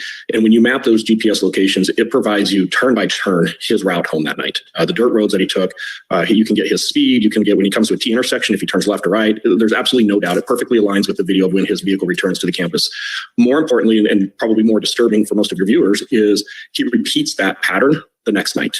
So if you think about this crime, we see after the crime, he's traveling in this very rural, dark area, a lot of dirt roads, farms. There's just not a lot of houses in that area at all. Approximately 24 hours later, actually, it's almost 48 hours later, he retraces the exact same route. To this day, I've never seen work product that's been produced by the state or any of the investigators that outlines this. Obviously, anytime we have a heinous crime like this and we know we're missing critical evidence that would have had to leave the scene with the suspect, the returning of a route immediately following a crime would be incredibly significant. Probably more important that next day when we do see he retraces his routes, if you will. He ends up down by the Snake River. So it's a very deliberate trip that he retraces the route, drives straight to the Snake River, just north of Lewiston there, and then returns back home. I think that's incredibly telling evidence that when properly presented to any layperson, it tells a story of what's going on. Side sound. I can't get behind this. And the reason for that is because I use common sense sometimes, not all the time, but I try to, I guess. Anyway, you have to look at Bryan Kohberger and what he does on a regular basis. And on a regular basis, he likes to hike. He likes to be in the wilderness. He has problems sleeping. He drives when he can't sleep, or he runs when he can't sleep. He likes to be alone. He likes to be in the wilderness. You know what I mean? He likes to run by the river. So him going by the river or to a place where it has maybe a nice view over the water or whatever, doesn't mean that it has anything to do with a crime. He could have gone there in the dark the night before and wanted to see what it looked like in the day. If it was just as pretty or looked like it had maybe when he went and drove by it the night before, he saw somewhere that it might have a running path next to it. And he couldn't tell because it was too dark. So he went there the next day to see if there was an actual place he could run next to it. Maybe that's what he was looking for. A place in nature where he could hike or run, and thought he found somewhere new. So he wanted to check it out in the daytime. We don't know. But I would believe that over him doing something nefarious by the river. Truly, that's not what I would think. I just don't understand how one single person can do all of this work in this case to defend a person, but then publicly come out and say, but I think they're guilty. I think they did it. I'm telling you that the data that I found is nowhere near what the FBI found. It's completely different, completely opposite, but he's guilty. So now you've got two different groups of people putting him in different places, yet now they both think he's guilty. I'd make it make sense. To me, that if the defense came to you, if he gets a new trial, which I've said yesterday, highly unlikely. But if you were to get a new trial and the defense were to come to you as an expert witness, you would say, I don't think the defense wants me to testify on this case, so I'll just make it really clear. I think I'm incredibly... And you weren't paid by the defense. I want everybody to know that.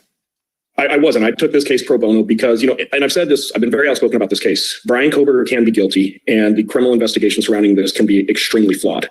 Both of those things can be true at the same time. And, when you start talking about ethics and credibility, the fact that Bryan Kohberger is guilty cannot weigh into the fact of, do we hold law enforcement accountable when we have incredible deviation from best practices and standards that now subject the family and other people to start going through what it looks like another round of this thing. So you mentioned the family. So I don't want you to go anywhere because we're going to do something that I've never done before. We've never done on the show before. When we come back, the father and sister of Kaylee Goncalves, one of the students that was murdered, Steve and Olivia Goncalves, they're going to join me live. They have a lot of questions for Cy about his findings, and he's going to be giving the answers. We'll be right back. We are going to watch that as well. I'm going to fast forward to it though.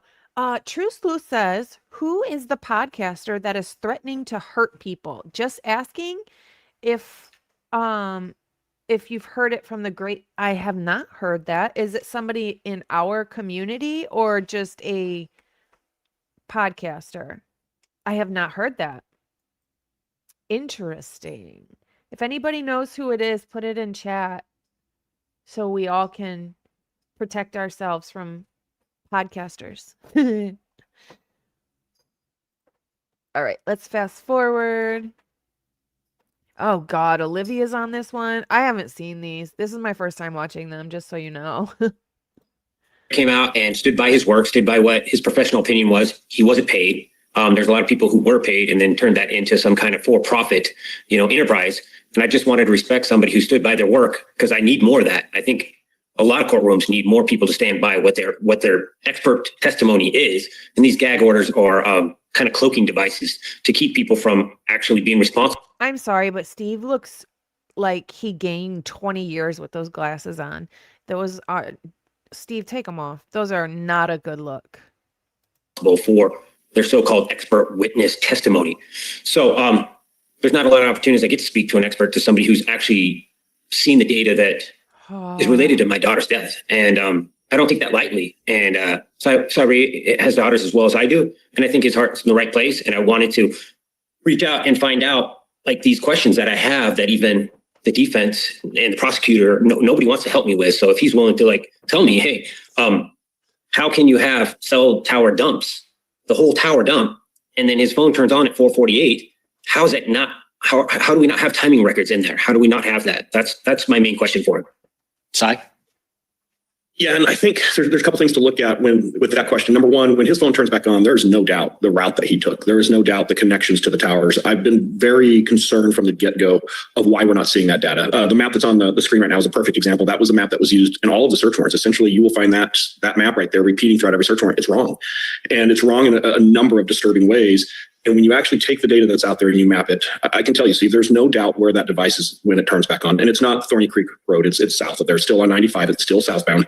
It does eventually pull off and it travels east and then west, and then kind of back up to the north to come back into WSU. But we're talking 25-meter radius GPS pings, and they perfect. Okay.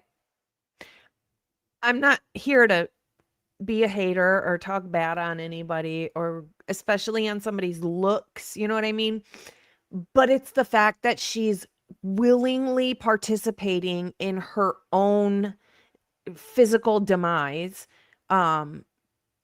It just is gone way too far, but she's made that choice to make it go too far. She takes medication to make herself look this way, okay? That's the only reason I feel okay with saying something bad about it. She looks like a bobblehead. Sorry. Aligned with the roadway. When you measure the distances between them, the speeds are 100% appropriate. You can see the vehicle come to like a three-way intersection and it turns left, and the next one it turns right. It is turn by turn. There's absolutely no doubt. I've been saying from day one, they need to map all the data. They need to go get the data. They need to map the data. And I reserve the right to change my opinion until all of that data is put forth, because I think it tells a story. And I don't know how an expert prompts both the investigative side and the defense side of, hey, these are bottom line basic steps that need to be taken. If that was done, what would be found is the very next day, he mirrors that exact same route. He starts off in Pullman, he comes into Moscow, he drives down 95, he pulls onto the dirt road. He's in the exact same area that he drove the night before after immediately committing these crimes. How does he know exactly where he drove if the phone was powered off? The whole thing with this is that nobody could track him because the phone was powered off. So how does SY RAY suddenly know every single turn he made? And if he knows every single turn he made, then tell us where it was. Just write it out and screenshot it and post it. Because I don't think you have all that information. I don't. I'm going to be honest. I think that I've always thought that powering off your phone, you could still see where the phone is located. I've always thought that. And I could just be confusing it with like Find My iPhone type of thing. But I've always thought that you could. I have since learned that you actually cannot. If it's powered off, you can't. So he needs to explain how he knows every turn that Bryan Kohberger made if his phone was turned off. And after he goes to that area, he drives straight to the Snake River just after dusk, getting into the darkness about 8:30, 9 o'clock at night. And why would somebody be driving to the Snake River on that path? It's concerning to me because we also see some activity that is indicative, in my opinion, of him looking at his navigation, specifically using his phone to get into a perfect area. The other thing, the pattern of life, we got 6 months worth of records on Mr. Kohberger. It's very easy for us to see what his normal pattern looks like. This is a complete deviation from that normal pattern, and it stands out. It tells a story. That's very compelling to hear. And look, it highlights what an overarching theme has been criticism. Bullshit. I don't think... get out of here. How is it deviating from his normal pattern of life? First of all, I don't think 6 months can tell you a normal pattern of life. I think it's too short of a time. I think you need more time than that because people do things once a month. People do things once every 3 months. People, you know what I mean? Like you can't, I think you need like a full year to really get someone's pattern of life. But okay, I feel like he's saying this to please the G family. Of prosecutors in this case. Olivia, I want to throw it to you. I understand you have questions as well. Yeah, absolutely. So the questions I came prepared for kind of moot compared to this one. So you're speaking of GPS data, which I'll be honest, I really wasn't aware of. So when you speak turn by turn, is it fair to assume that that data, you mentioned it went back 6 months, was used for the past report, which did put the defendant at my sister's home on 23 previous occasions? Because I know a lot of pushback that happens is when it comes to this cell tower, they say there's only 2 in Moscow, it only narrows it down 10 miles. Can you kind of help to dispel some of the specificity that can happen with GPS data that was on his device? No. Yeah, and I need to break that into 2 pieces. Number one, the 23 prior visits based on that cast report is 100% inaccurate. It would never hold up in court. Any expert in this field who reviewed that report would be able to show you incredible flaws. The problem too is it isn't just 1 or 2. All 23 of those that are reported in the cast report are wrong. They're inaccurate. The times are off. It's just a really bad analysis.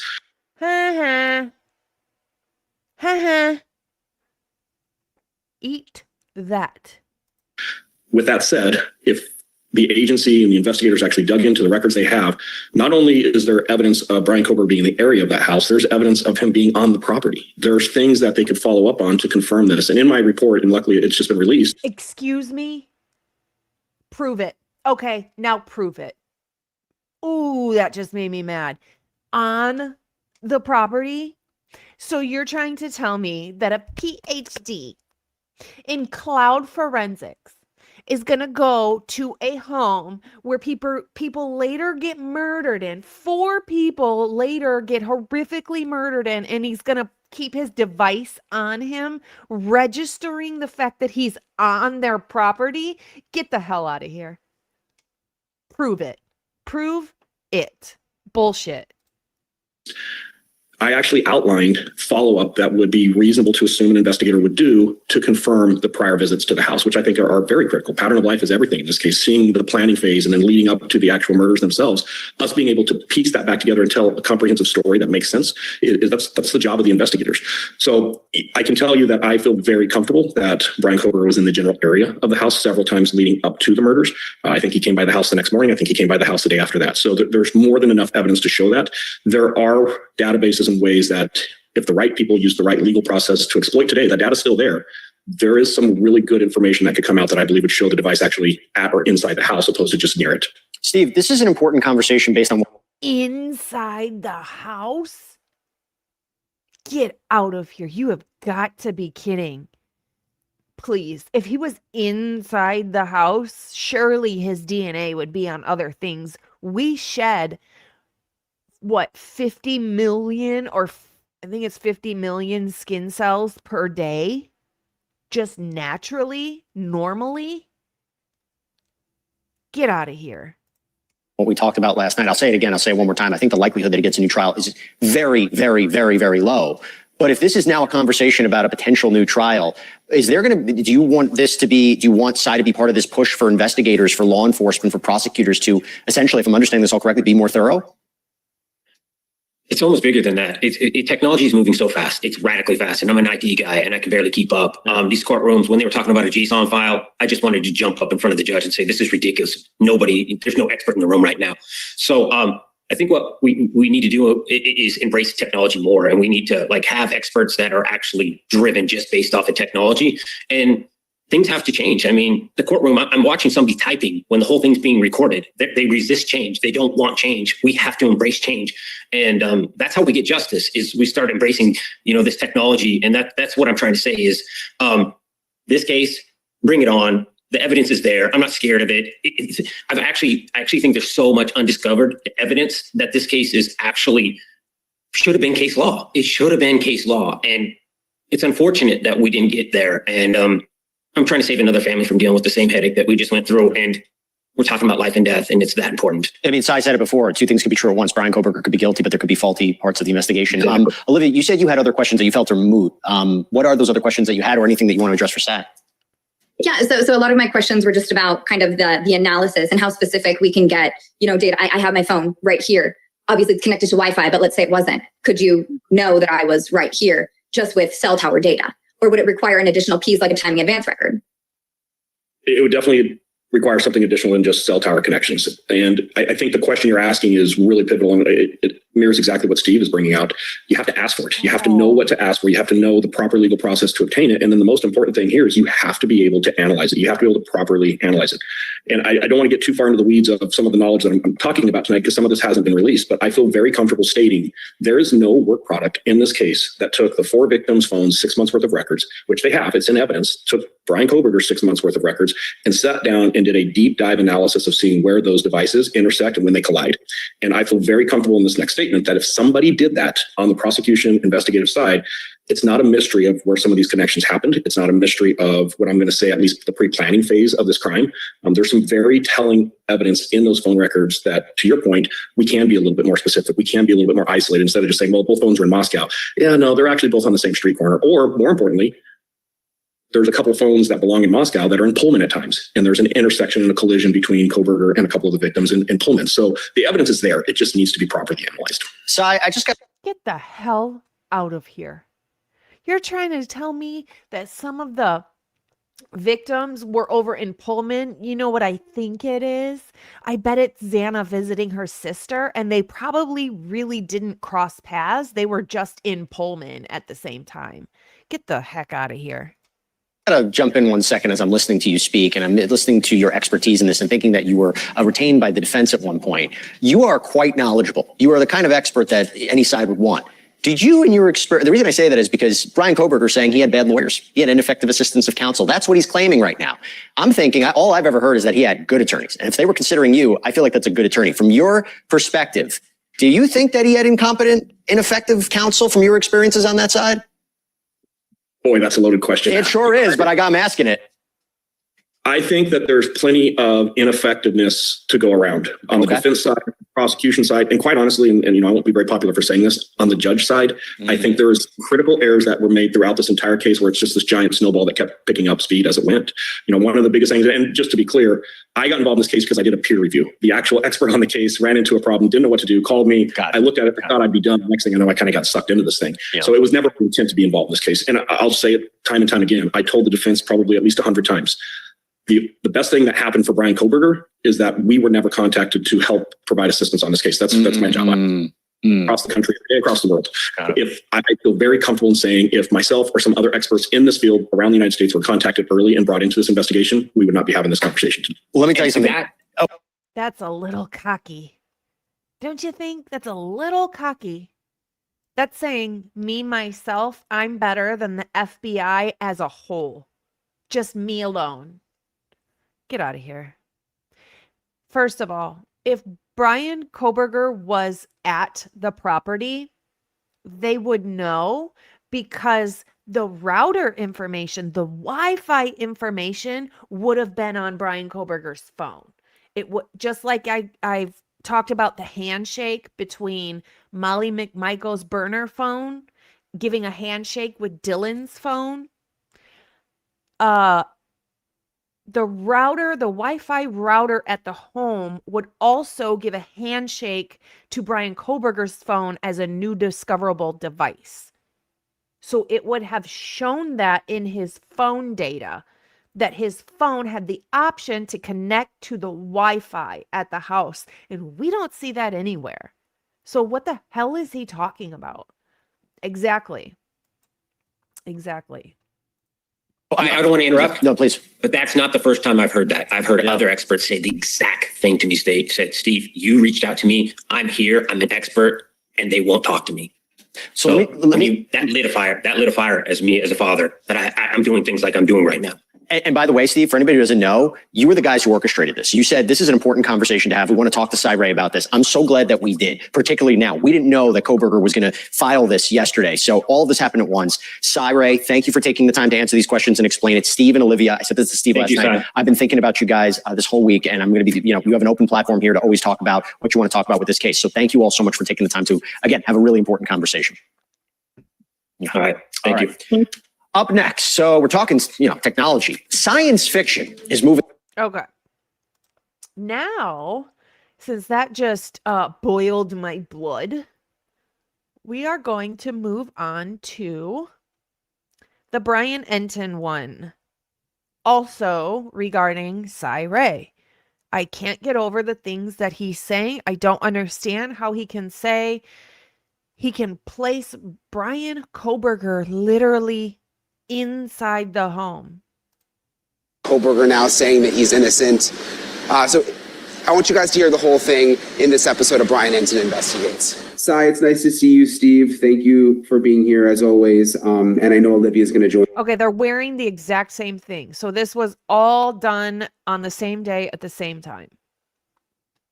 Us a little bit. She's dealing with the baby.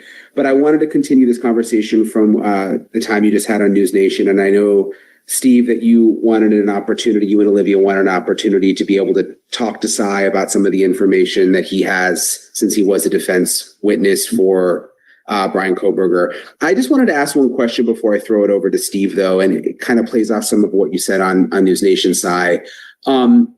You talked about Bryan Kohberger potentially being at the house before. Can you elaborate on that a little more? I mean, are you able to, and I know it's not exact, but are you able to say whether he was actually inside the house? Yeah, so I'm gonna be a little bit more. Hold on, before he even answers this, what a dumbass question. That's a dumb ass question. Number one. Number two, if he can sit here and say, I swear if this comes out of his mouth, I'm going to, I don't know what I'm going to do. I'm going to take a long nap later. But if he's going to sit here and say, yes, you can put Bryan Kohberger in that home, then why the F in H are you a defense expert? Why are you a defense expert then if you can put Bryan Kohberger in the home? Wouldn't that be perjury? How come nobody else, how come the FBI didn't say that? The FBI was so wrong. They got it all wrong. They didn't say Bryan Kohberger was in the home or touched the Wi-Fi. That never, responsive on these questions and drag it out a little bit. So if I'm going on and on, stop me. Yeah, and you can do that on this. We have unlimited time, so feel free. Thankfully. we don't. Hurry up. And 100%, like, I'll make myself available to the family, by the way, 24/7. Like, if you guys have follow-up questions going forward, by all means. When I heard that you guys wanted to have this conversation, I actually it meant a lot to me. And I was like, oh, finally, I can talk to the victim's family, because I've spent my entire career advocating for victims' families. I've done a lot of stuff with parents of murdered children. And, this is a very hard place that it started out trying to be at. And I really appreciate you guys reaching out. And anytime you have questions, I'll give you my direct number. By all means, feel free. You guys can hit me up anytime. Thank you. But what I want to cover on that piece is, when we start looking at the house itself, there's a couple different things we can look at. AT&T has a very specific report, and it's called LOCDBOR. And I know it sounds like a silly word. It's LOCDBOR, LOCDBOR, and it's Location Database of Record. This will include estimated latitude and longitudes, and they range from 25 meters out to 3,000, 30,000 meters, so they can get very big. Historically, there's accuracy issues with this report. So if you just take all the data and you throw it on the map and you think that's accurate, you're going to have a lot of problems. A really good example in this case is there's a time when Brian goes up to Seattle and one of his LOCDBOR hits shows him in New Orleans. So that gives you an idea of the accuracy issues.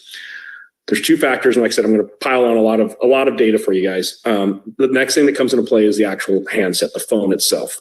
iPhone actually restricts a lot of third-party apps and even the mobile carrier to some points of getting precise location data, which a lot of people don't realize. If I try to ping a phone, that phone ping can actually be screwed up by Apple itself to, instead of getting this nice, neat little GPS, I get this 5,000 meter GPS range, and you can be anywhere in that 5,000 meters.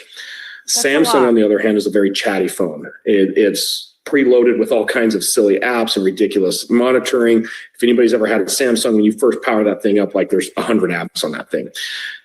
It's good for law enforcement because when we get a phone that's a Samsung phone, it's typically very chatty on the network. We're going to see a lot more connectivity.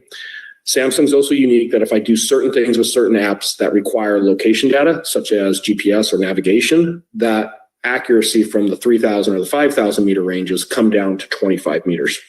And in this particular case, if you look at those precise measurements, there's probably 5 that land directly on what would be the living room of the house. Like the latitude, longitude is the physical house itself. And, if you put the house back on the map and you map those, the hits are inside the house. Now, I'm going to let you keep explaining. I just want to make sure I understand correctly. So, because I haven't heard this before. So you're saying based on the data you saw, the latitude, longitude for Bryan Kohberger's Samsung was in the living room? The AT&T derived latitude, longitude from the AT&T's network that it estimates a location, it lands in the house. And it's a 25 meter range. So, we're talking 75 feet. So it could be anywhere in the house on any floor. It could technically be outside the house. It could be on the property, but it's showing in the immediate area. My personal opinion is. Okay. So, a couple of years ago, I think it was like 2019, so not that far off from 2022. When you have a Samsung device and you're on a plan with several different people, you can go in and see where another device is on your plan, right? So I did this at one point in time just to see how accurate it was. I was bored one day. I knew exactly where this person was at. I knew exactly where they were at because they were at work. So I knew exactly where they were at. But when I did that, it was putting their phone in the middle of a field, like way more than a football field length away, probably 3 football fields, 300 yards, probably, maybe even more, into this field. But I knew that they were literally sitting inside at work. So I don't necessarily believe that this is accurate. I just don't, because I've seen it with my own eyeballs from personal experience that it's not accurate. So he can say whatever he wants. I don't believe it.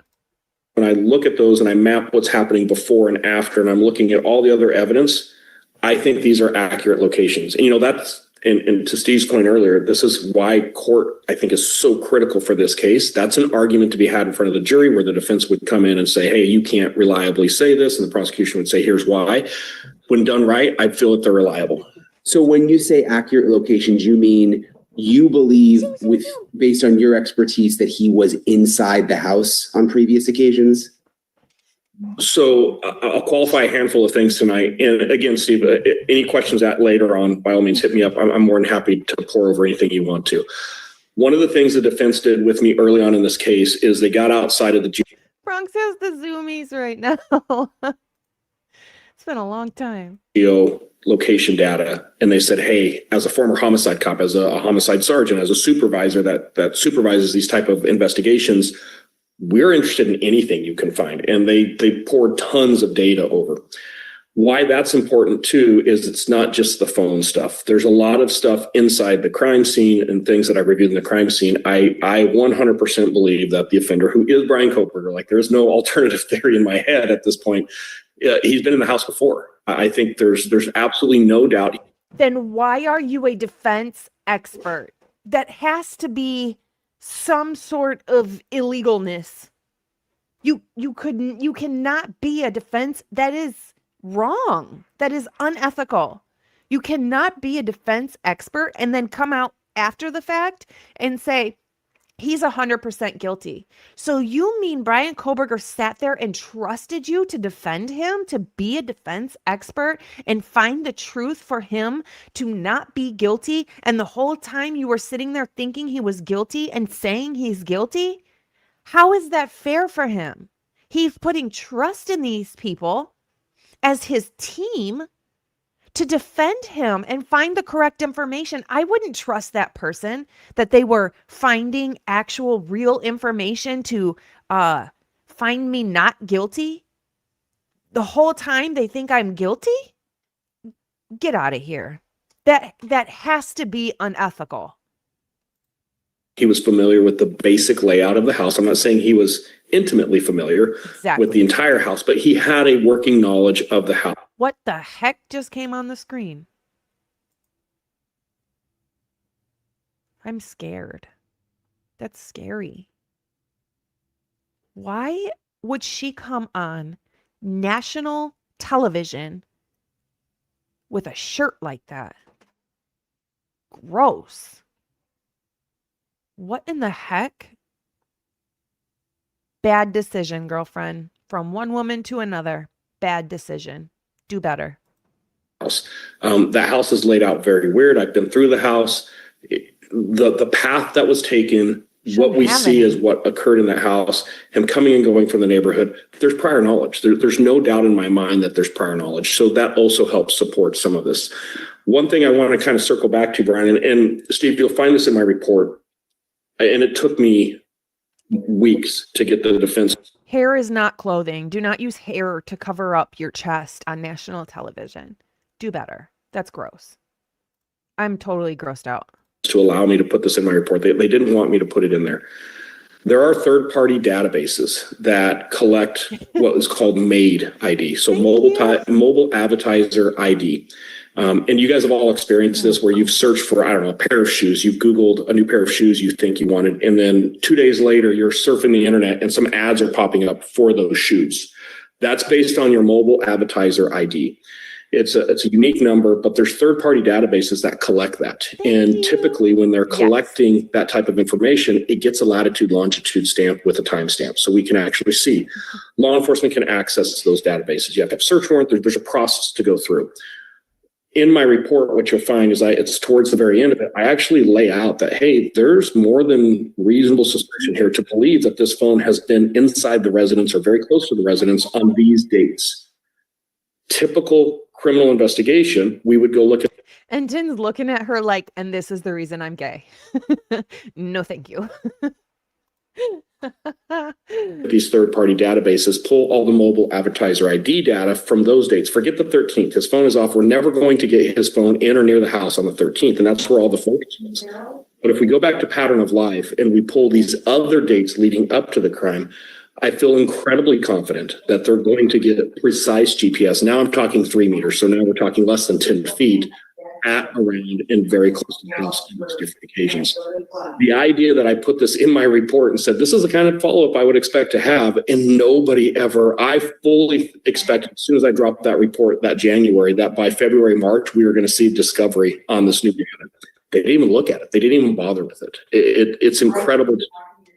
If they looked at it, they wouldn't have understood it. We heard that in court when they were talking about a JSON file and how you can edit it and how like that was some kind of weird anomaly. It's like, that's what the file's for. That's what you use it for. I mean, it was very confusing to the audience, but the lack of knowledge inside that courtroom at certain times was very frustrating to me. And I mean, I wouldn't hire my own people. I would Shadow Dragon. I've said it multiple times. They have OS lint. They were like, Steve, the same emails they're using in this court case are the same emails we're tracking back to your children. But we're not doing it for free. They weren't like a SY RAY. They're like, I think there was a 30K. Don't quote me on that, but I that's what my mind wants to tell me. It was like a 30K.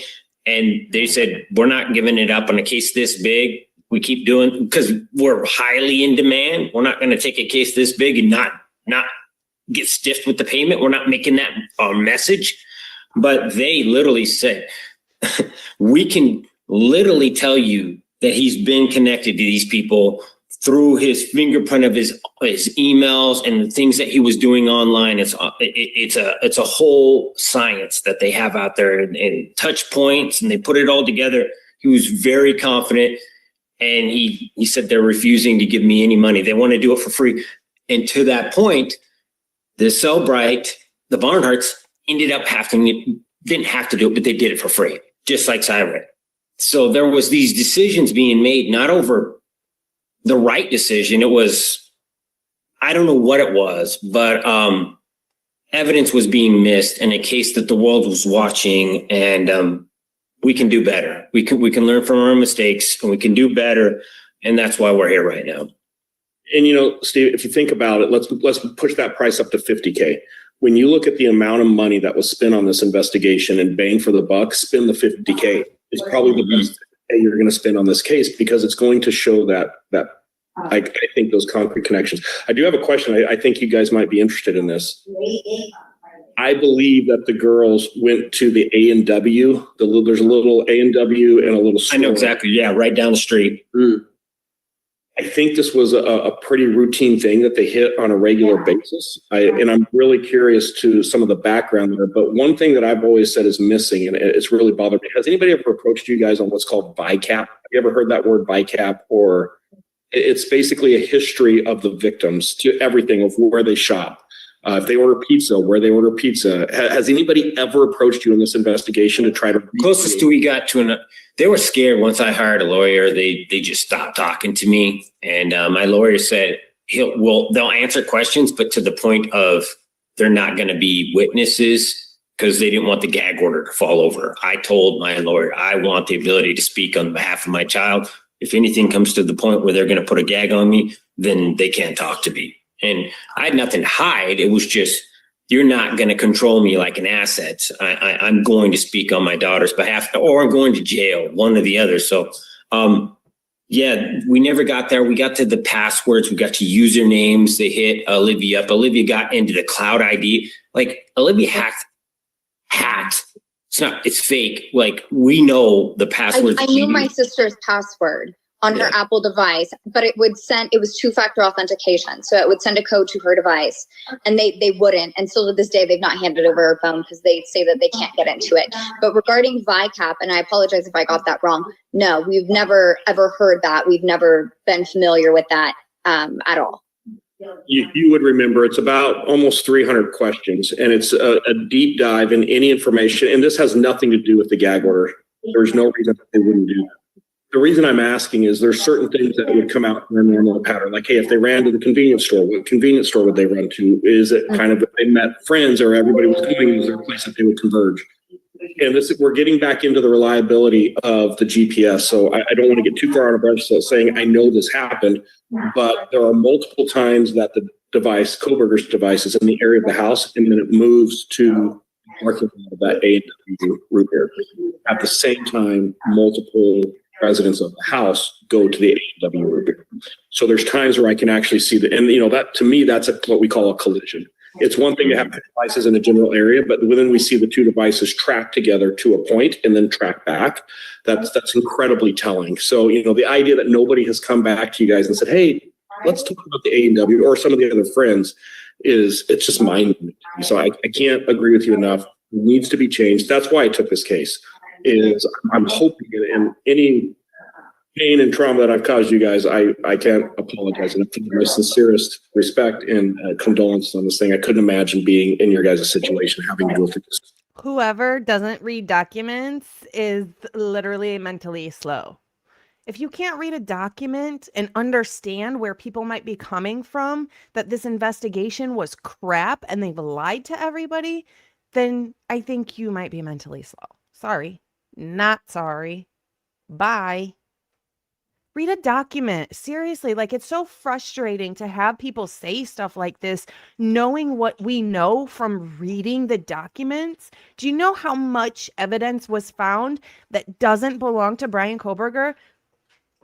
If you saw or knew of a bloody fingerprint in the victim's blood on the door leading to the outside that didn't belong to Bryan Kohberger, you would think, shoot, it sounds like a different perpetrator. There's male blood on the knife sheath mixed with the victim's blood. That's not Bryan Kohberger's.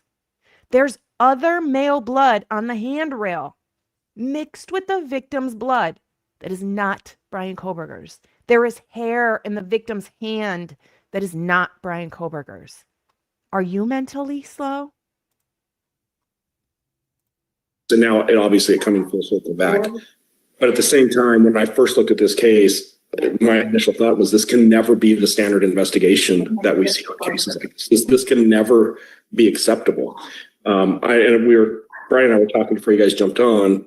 After the plea deal, I actually, against the defense, Ann was incredibly upset with me for doing this, but I've created 1 hour. But blood mixed with the victim's blood on the sheath is not Bryan Kohberger's.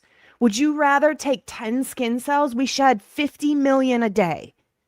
So that is less than the amount of him actually touching it. That's a secondary transfer amount of DNA, skin cell. But there's blood DNA that is male, that is mixed with the victims on the knife sheath. That's not Bryan Kohberger's. Don't you want to know who that person is? Because they never tested it. You don't want to know whose male blood that's not Ethan's, that's mixed with Kaylee and Maddie's on the sheath? You don't want to know who that blood belongs to? I do. Because it's not Brian's. That's a big deal. 1 day debrief that I've been going around the country for free, providing to law enforcement. And for you guys, hopefully this helps a little bit. We've had an incredible response from law enforcement. The amount of skin cells of Brian's that were found on the sheath is literally the amount of somebody using a pin pad behind him at a store after he just entered his pin pad on it and got his skin cells on their finger and then touched the knife sheath. That's how many skin cells of Bryan Kohberger's is on the knife sheath. It's so minute. It's such a small amount that it has to be a secondary transfer. Somebody shook his hand and then grabbed the knife sheath and used it. Something like that. And it doesn't have to be at the time of the crime. They could have shook his hand 3 months ago and then went and handled their knife sheath, and now Bryan Kohberger's DNA or skin cells are on that knife sheath from shaking his hand 3 months ago. It doesn't mean that it was at crime time, the time of the crime either. But that blood sure was. That blood had to be. That's not Bryan Kohberger's. Makes a difference. It matters. The service you guys got on this case, the average enforcement agency is appalled by. Since November, when I started teaching this course, we've had 300 agencies throughout the United States attended. So it's resonating. We're getting a lot of endorsement of, yes, we need to change these things. But it's really interesting to look at that and just how much fell through the cracks in this case. Honey, they've never connected that was the knife sheath he bought. They've never connected that. That knife sheath could have came from the Army store up the street. It's not connected. They can't connect that. They have no connection for that, or they would have used it in court. He bought one. I've tried to FOIA those receipts. They won't give them to me or say they don't exist. So take that into consideration as well. They don't have it. So I have a quick question, and I hope that it comes across the right way. So my question is separating the murders and the burglary from the stalking. And as we know, the state never picked up stalking charges, but the FBI currently still has an active investigation. Do you think that some of those things were not picked up by the state because of this separation? Or do you think that this would have been something that would not have driven a charge or would not have been evidence of a charge that they were not actively pursuing? I am guessing. This is my opinion of it, things that I've seen. I'm happy sharing this opinion to whoever, but there's a lot that needs to be filled in for it to land where I say 100% this is what's happening. I'm about 90% here. They back themselves into a corner, into a no-win situation, because the problem the FBI has with stalking right now is they cannot prove stalking in the work product that they did. It'll never hold up in court. In fact, I don't think a federal prosecutor would even take the case. So that's why we haven't seen the FBI proceed with that. Does the FBI have information right now or potentially the ability to go get information to prove that case? 100%. But their problem that they have— tell me what that would be. well, it'd be that mobile advertiser ID. It would be mapping all of the AT&T records and looking at the pattern of life of Brian over 6 months, where we see these routine travel patterns. We can see where he's going, what he's doing, how long he's stagnating there. Understanding pattern of life is everything for this case. The problem the FBI has is to make that stalking case, they're going to have to disclose or discover new evidence that never came out from the state of Idaho. And now you have these competing cases where you have a case that allegedly went through the entire process of discovery and never produced the evidence that's needed. And now for a federal case to all of a sudden say, oh, by the way, here's this other evidence, they've painted themselves into a corner that they can't explain. Yeah, no, I get it. I feel like there's two discoveries because I've actually heard almost everything that you've said already, that he was in that house, even waited in certain locations for like extended periods of time of no movement. This wasn't the only house that he stalked. There was like a loop that he was following, and there was a couple other places that he basically stood still for a certain amount of time. Just telltale signs that this person wasn't shopping, and they cross-correlated to bank records and the ATMs and all that stuff. They had some stuff, the basic old school investigations they had down, but the technical was almost like they outsourced it to the FBI. And then when the FBI were like, we're not so sure that our discovery is your discovery or our investigation is your investigation, that there was these huge gaps in it. And when they went to go to make a case, it wasn't so clear. So as a father, I'm like, I'll fill in the gaps if I can, especially when it comes to technology. And it was an eye opener. It was so frustrating to sit there with a guy who looks like Santa Claus, who has his consciousness, his short-term memory on a piece of paper, and has no clue about technology, never will. And there's 4 lives in the bounce. It's just scary. I couldn't agree with you more. And, this is a big problem with the FBI. The FBI has a habit of coming in on these cases. And where the problem happens is the FBI has access to things they can't get into court properly. They can't lay the foundation the way that state courts require. But they still proceed. The IGG, I will tell you, the investigative genetic genealogy on this case is overlooked at how impactful it was. As soon as they made the decision to go with investigative genetic genealogy, this case was doomed from an ethical perspective because they had to go outside of policy. They had to hide things. And now once they got the hit, you can see it clear as day. The rest of the investigation is, how do we hide the IGG? Because we don't ever want to talk about the way that for me as an old school investigator that drives me crazy is Bryan Kohberger's vehicle and his name are setting in a report that entire time. All they had to do is follow up and get a sample of his DNA. If they would have done that and stopped trying to rely or over rely on this technology of the IGG produced, I think this is a completely different case. But what? Okay, that doesn't make sense to me now, because why in the beginning were they looking for a two-door Nissan with a very loud exhaust? That is how ISP and FBI described that car that they then turned around and said was Bryan Kohberger's, which is four-door, not a Nissan, and a quiet exhaust. The exact opposite of what they originally stated the car was. That doesn't make sense. So you can just change the evidence? But they crossed the line with IGG. They knew they crossed the line, and everything we see after that is nothing more than a smokescreen trying to hide what actually happened to identify him. I'll go a step further and be careful with this. I wish my lawyer was here. The IGG was done in a scripted fashion of it works. We know how it does. It went, they told me, the people that I've been around said, if we get it tossed out, it led to the dad. It never led to BK.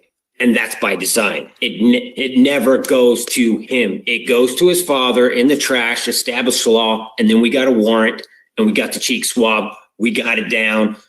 IGG is not going to ever be in court because it's a tip, and this is established standard, and we're not going to let a little podunk Moscow make court law or state law or any kind of law. This is never going to get into a courtroom because we have these established practices, and that is what it is. And, you know, if you call a tip on a... we tried to get Cooper Atkinson's interview. They said it was not recorded.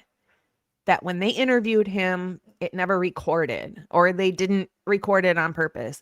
But I agree that he's strange. I didn't actually know that his apartment was like 10 yards away and that he could see into the house at 1122 from his apartment. And that also, on top of that, he was the one who called Ethan 5 times in the morning at 2:27 in the morning, and Ethan never answered. So nobody's answering their phones in the 2 o'clock hour at all, which tells another story. It gives another timeline rather than this fake ass timeline that we've been fed by the ISP, FBI, and MPD. So yeah, I think Cooper Atkinson should be looked into, but it's not really a way to, unless we just go try and dig on his stuff from back then, which is all we'll pretty much get because they didn't record his interview apparently. How convenient. Black SUV that you've seen that has some kind of explosives in it and something, and you want to give that tip. Well, that doesn't go into court either. So I get where they're going with it, and the greater good. I'm just a dad trying to make sure that my daughter in the system gets better, but I do see some red flags, and I know we had the right guy. And we just made it all difficult for everyone. We just made it so difficult for everyone because nobody knew what they were doing. Yeah, and go ahead. Sorry. Oh, no, I was just going to say, I think it's difficult for people to grasp that we can stand behind his guilt, but not understand or agree with everything that the prosecution and state did. Right. And it makes it difficult for us to be put in a position where we are having to defend the state's case that we don't fully understand. And there's a lot of missing pieces for us. And that's the only way that we can justify his guilt. So it puts us in a difficult position of being like, man, you guys are really making us fight for your work that you did, that you yourself won't stand behind. That's a conversation that we have a lot as a family. Yeah, I can imagine. And, you know, Steve, with what you said, and I hate to put it in these terms, but it summarizes exactly what you said. The end result justifies the means, right? It doesn't matter how we get to him through IGG because we have all of these bailout plans that we feel we can protect ourselves.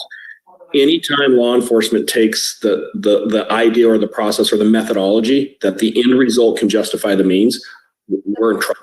Because what happened with that is they created the situation, they realized how impactful it was now, and now the next 4 months of investigation is nothing more than trying to hide what they did at the beginning. And that's why we see the phone records were never analyzed, because they didn't need the phone records. The phone records for AT&T were nothing more than a smokescreen so that they could say, oh, look, we got this tip, we followed up on the phone, we found this, and oh, that led us over here. The phone records were never gathered as a true investigative tool because they already have the narrative written. And whatever aligned with that narrative because of IGG, they brought in, and anything that contradicted that narrative, they eliminated.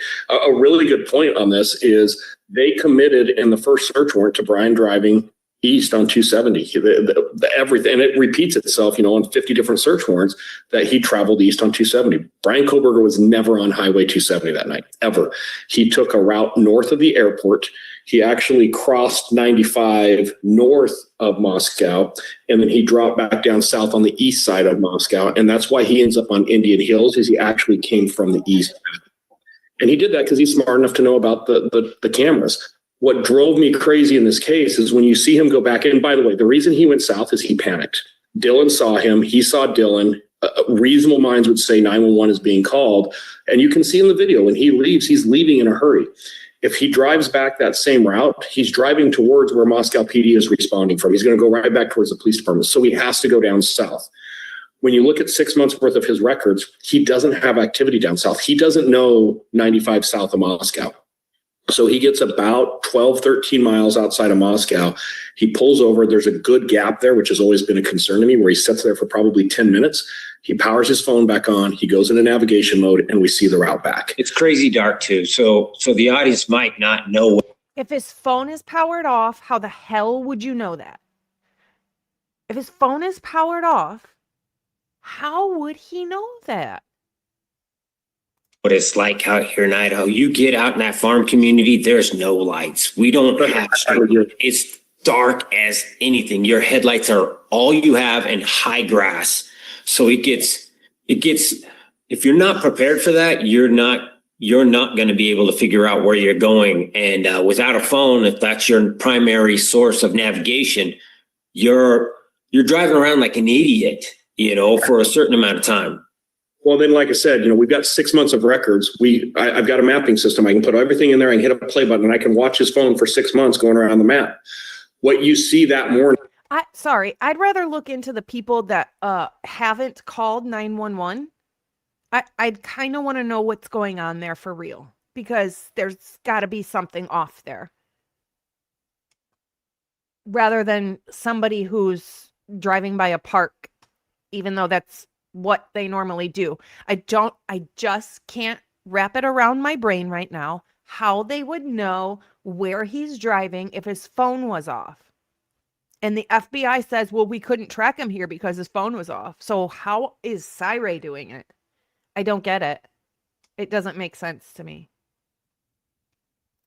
Of him coming back to Pullman, you never see in the prior 5 months of records. That's the first time he's ever done that route. And then within 48 hours, he's doing the exact same route again. And that's the last time you'll see him do that. You give me the layest of lay jurors, I can connect the dots there to have them see exactly what's happening. And right after he completes that route, he goes down to Lewiston, right down to the Snake River. He's there for less than a minute or two, and then he's right back to Pullman. Like, what's happening? Of course we know what's happening. I'm with you guys on the frustration. My apologies. Like, you guys should never have been in that situation. This is an FBI issue, and I'll frame this piece. I don't put this out publicly very often. When the plea deal was reached, I contacted the FBI CAS team, and I actually told them, hey, I did a lot of the investigation here. I know what the cross-examination that you guys were going to be subjected to looks like. You'd name your place. I'll fly to you anywhere in the country, and I will give you the full debrief of what I saw on my side and how we can get better. How the hell? That right there should give a person a new chance at a trial if they want one. Because my God, you've got somebody who was supposed to be defending this person and being an expert in their case on their side. And then as soon as a plea is taken, you call the other side and say, hey, I'll give you every word you need to say to make this person go to prison forever or get the death penalty. How is that right? That should not be right. That should not be right. So everything he did in this case should also be thrown out. I never returned my call. So, even reaching out saying, I'll give you as much insight from the defense perspective of this to be better prepared next time, they're just not interested. And the other thing that I will tell you guys just drove me crazy. Now that my report's out, your guys' last name is all over that report because I did an inventory. I put in, hey, here's what the phones were provided. And then I listed the phones by last names. The only last names in my report that were redacted are the FBI agents that worked on this case. So all of the victims' last names are in this report that went out to the public with the last 4 digits of their phone, but the FBI agents get their last name redacted? Like, what is that? That is insane. It's happening a lot. It's really, if you off record, if you ever want to know about some of the worst, we'll let you know, but I won't propagate them here publicly. I just want to go back for a second to something you said, Sai. So with the A&W, which is that gas station right down the road from the house. So you're saying you mapped his phone and also, was it the victim's phones at the same time there? Correct. And there's movement where they're all in the area of the house before that. And then we see it pop up over by the A&W, but they're together. They're at least mapping, and they're mapping not the exact same lat longs. They're just slightly off, but they're within meters of each other, which is, for me, that's a tall tale sign that we're getting better accuracy, because sometimes the system will default if there's a problem with the system and everybody will get the same lat long ping for like a 5,000 meter radius, but all of the lat longs are identical. In this case, they're just slightly different. They're just a couple meters apart, and it's a pattern. It happens multiple times.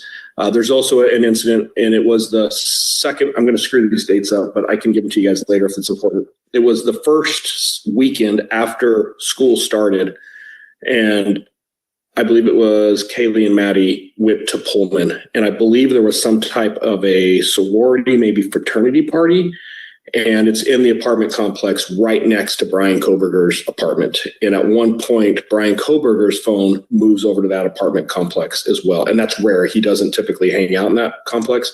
But this is all the way going back in August, that first weekend after school started. How many of you believe that Bryan Kohberger went to a party one of the first weeks he was there? I don't buy that. I don't buy it. So even the prosecution was saying we can never put their phones in the same place ever. There was no stalking ever. We can't put them next to each other. But now suddenly SY RAY has all this information that puts their phones within meters of each other over and over and over and over and over. I don't even buy that Bryan Kohberger would go to a party one of the first weekends. It wasn't the pool party. The phones intersect in Pullman. Yeah, the prosecution was doing the exact same thing. They were trying to take his phone activity and cross-correlate it with the other people in the phone. They wanted to know who was in the house at a certain time because the route, they wanted to plan the route to who was in there because they were trying to figure out who was the after. And Olivia can tell you the exact day that Kaylee moved in there. I think you said it was like May. Yeah. I don't think he's not talking about the pool party. We know that Bryan Kohberger went to a pool party, but I don't think it was over in that area. I don't think there was even a pool there, was there? Yeah, I don't think that was the same party. I think that's a different party. Yeah, he went to a pool party, but they were never there. Into the King Road house, she did move in May. Yeah, so other people speculated there was no one in the house or only Maddie was in the house. We've never tried to play the blame game. We don't care about that. Who's to blame is BK, and we're holding him accountable. None of the victims. Like, another thing I appreciate you saying is no cleanup. We've really chased that down because, I mean, they're literally driving these young girls to the point of they don't have a life anymore. So you're not true crime anymore. You're speculation, Hollywood fan fiction crap. And I would love for true crime to get back on focus and say, how do we make the world a better place? How do we make sure that people are coming together to actually have less murder? I just don't see him doing that. I think the pool party was kind of enough for him. That's just my opinion. That was probably a lot for him. But anyway, exactly though. What if he did? Who cares? It's next door. He can be there. Like, you can't tell me that he would go over there just because Kaylee and Maddie were over there. What were Kaylee and Maddie over there for? Let's look at their pattern of life. Let's look at their pattern of life. In mass murders every single year, that's something we should work towards, not this fan fiction stuff. I mean, so that's part of the reason why we're here today. This is why we've been so dedicated. That's why we made a charity. This is why we have Murder Has a Name. We're doing everything in these girls and these victims' names, Ethan as well. And I can't listen to this anymore. That's good enough for me. This is gonna make me not sleep tonight. Yikes. That's a lot. This seems so wrong on every level for him to be sitting here defending somebody, and then suddenly, as soon as there's a plea, you turn around and say, I thought he was guilty the whole time. I knew all of this other knowledge. Come on. You're under oath. He's bothering me. This is just too much for me. I've had enough of him today. And I'm going to remove him from my life right now. Yicky, yucky. I agree.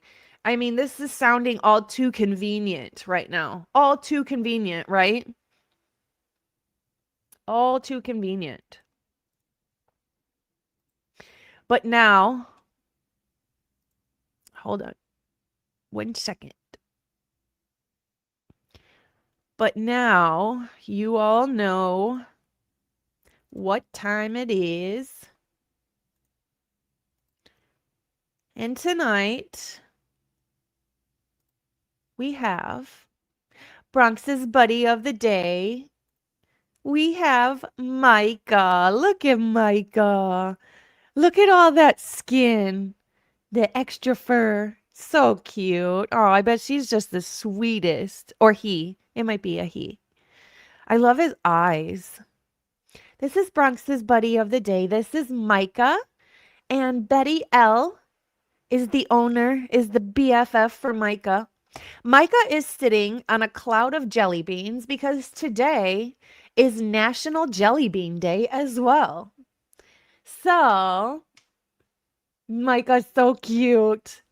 If you guys want me to show off your favorite fur baby, send me an email, BronxTailsTrueCrime@gmail.com, so I can show off your fur baby as well. But today we have cutie patootie Micah. Just looks so calm. Handsome, handsome. So sweet. This is our favorite part of the day, Bronx's buddy of the day. Today, Micah is eating jelly beans, but don't feed your pets jelly beans. Beautiful, beautiful. You did? I'll have to look. I'll dig. Let me dig. Or you can send them again, but I'll dig. I'll see. I didn't see them. I might have to check spam though, or junk. Trust me, they're not junk, I promise. But your email might have gone there because I have not seen it. Yes, so precious, cutie patootie, beautiful Micah. All right, guys. Do something nice for yourself today or tomorrow. Be kind, but more importantly, be kind to your animals. Also, don't forget tomorrow on the verdict room, we are going to have Jules. And you guys know I love to pick her brain. I love to have conversations with her. It is just so incredible. She's great. I love Jules. Yeah, her conversation makes my brain perk up. So don't forget to tune in tomorrow, 5 o'clock Chicago time or 6 o'clock Eastern time. We will see you tomorrow. I do have to go back to work for a little bit tonight. So I'm going to leave you with, shoot. Let's see. There we go.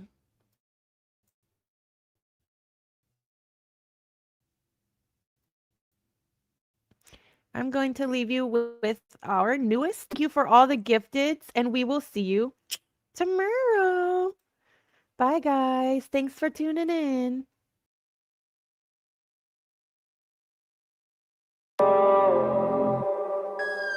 Is she breathing? Hello? Is she breathing? No. Who let the dogs out? Bronx on the block, he don't bark for clout. Cold nose sharp eye, he follow the trail. Every missing piece got a name in the mail. Bronx kill rolling camera in the night. One paw on the clue, one paw on the fight. IDAHO4 in the fog, whole town too quiet. Corrupt handshake when the truth start writing. Low growl in the door, he don't miss them all. I read the signs he leave, then I move like a thief. Who let the dogs out? Run, let the truth out. Who let the dogs out? BronxTails, we pressed around. IDAHO4, we won't back down. Bronx on the scent, run that ground. Who let the dogs out? Run, let the truth out.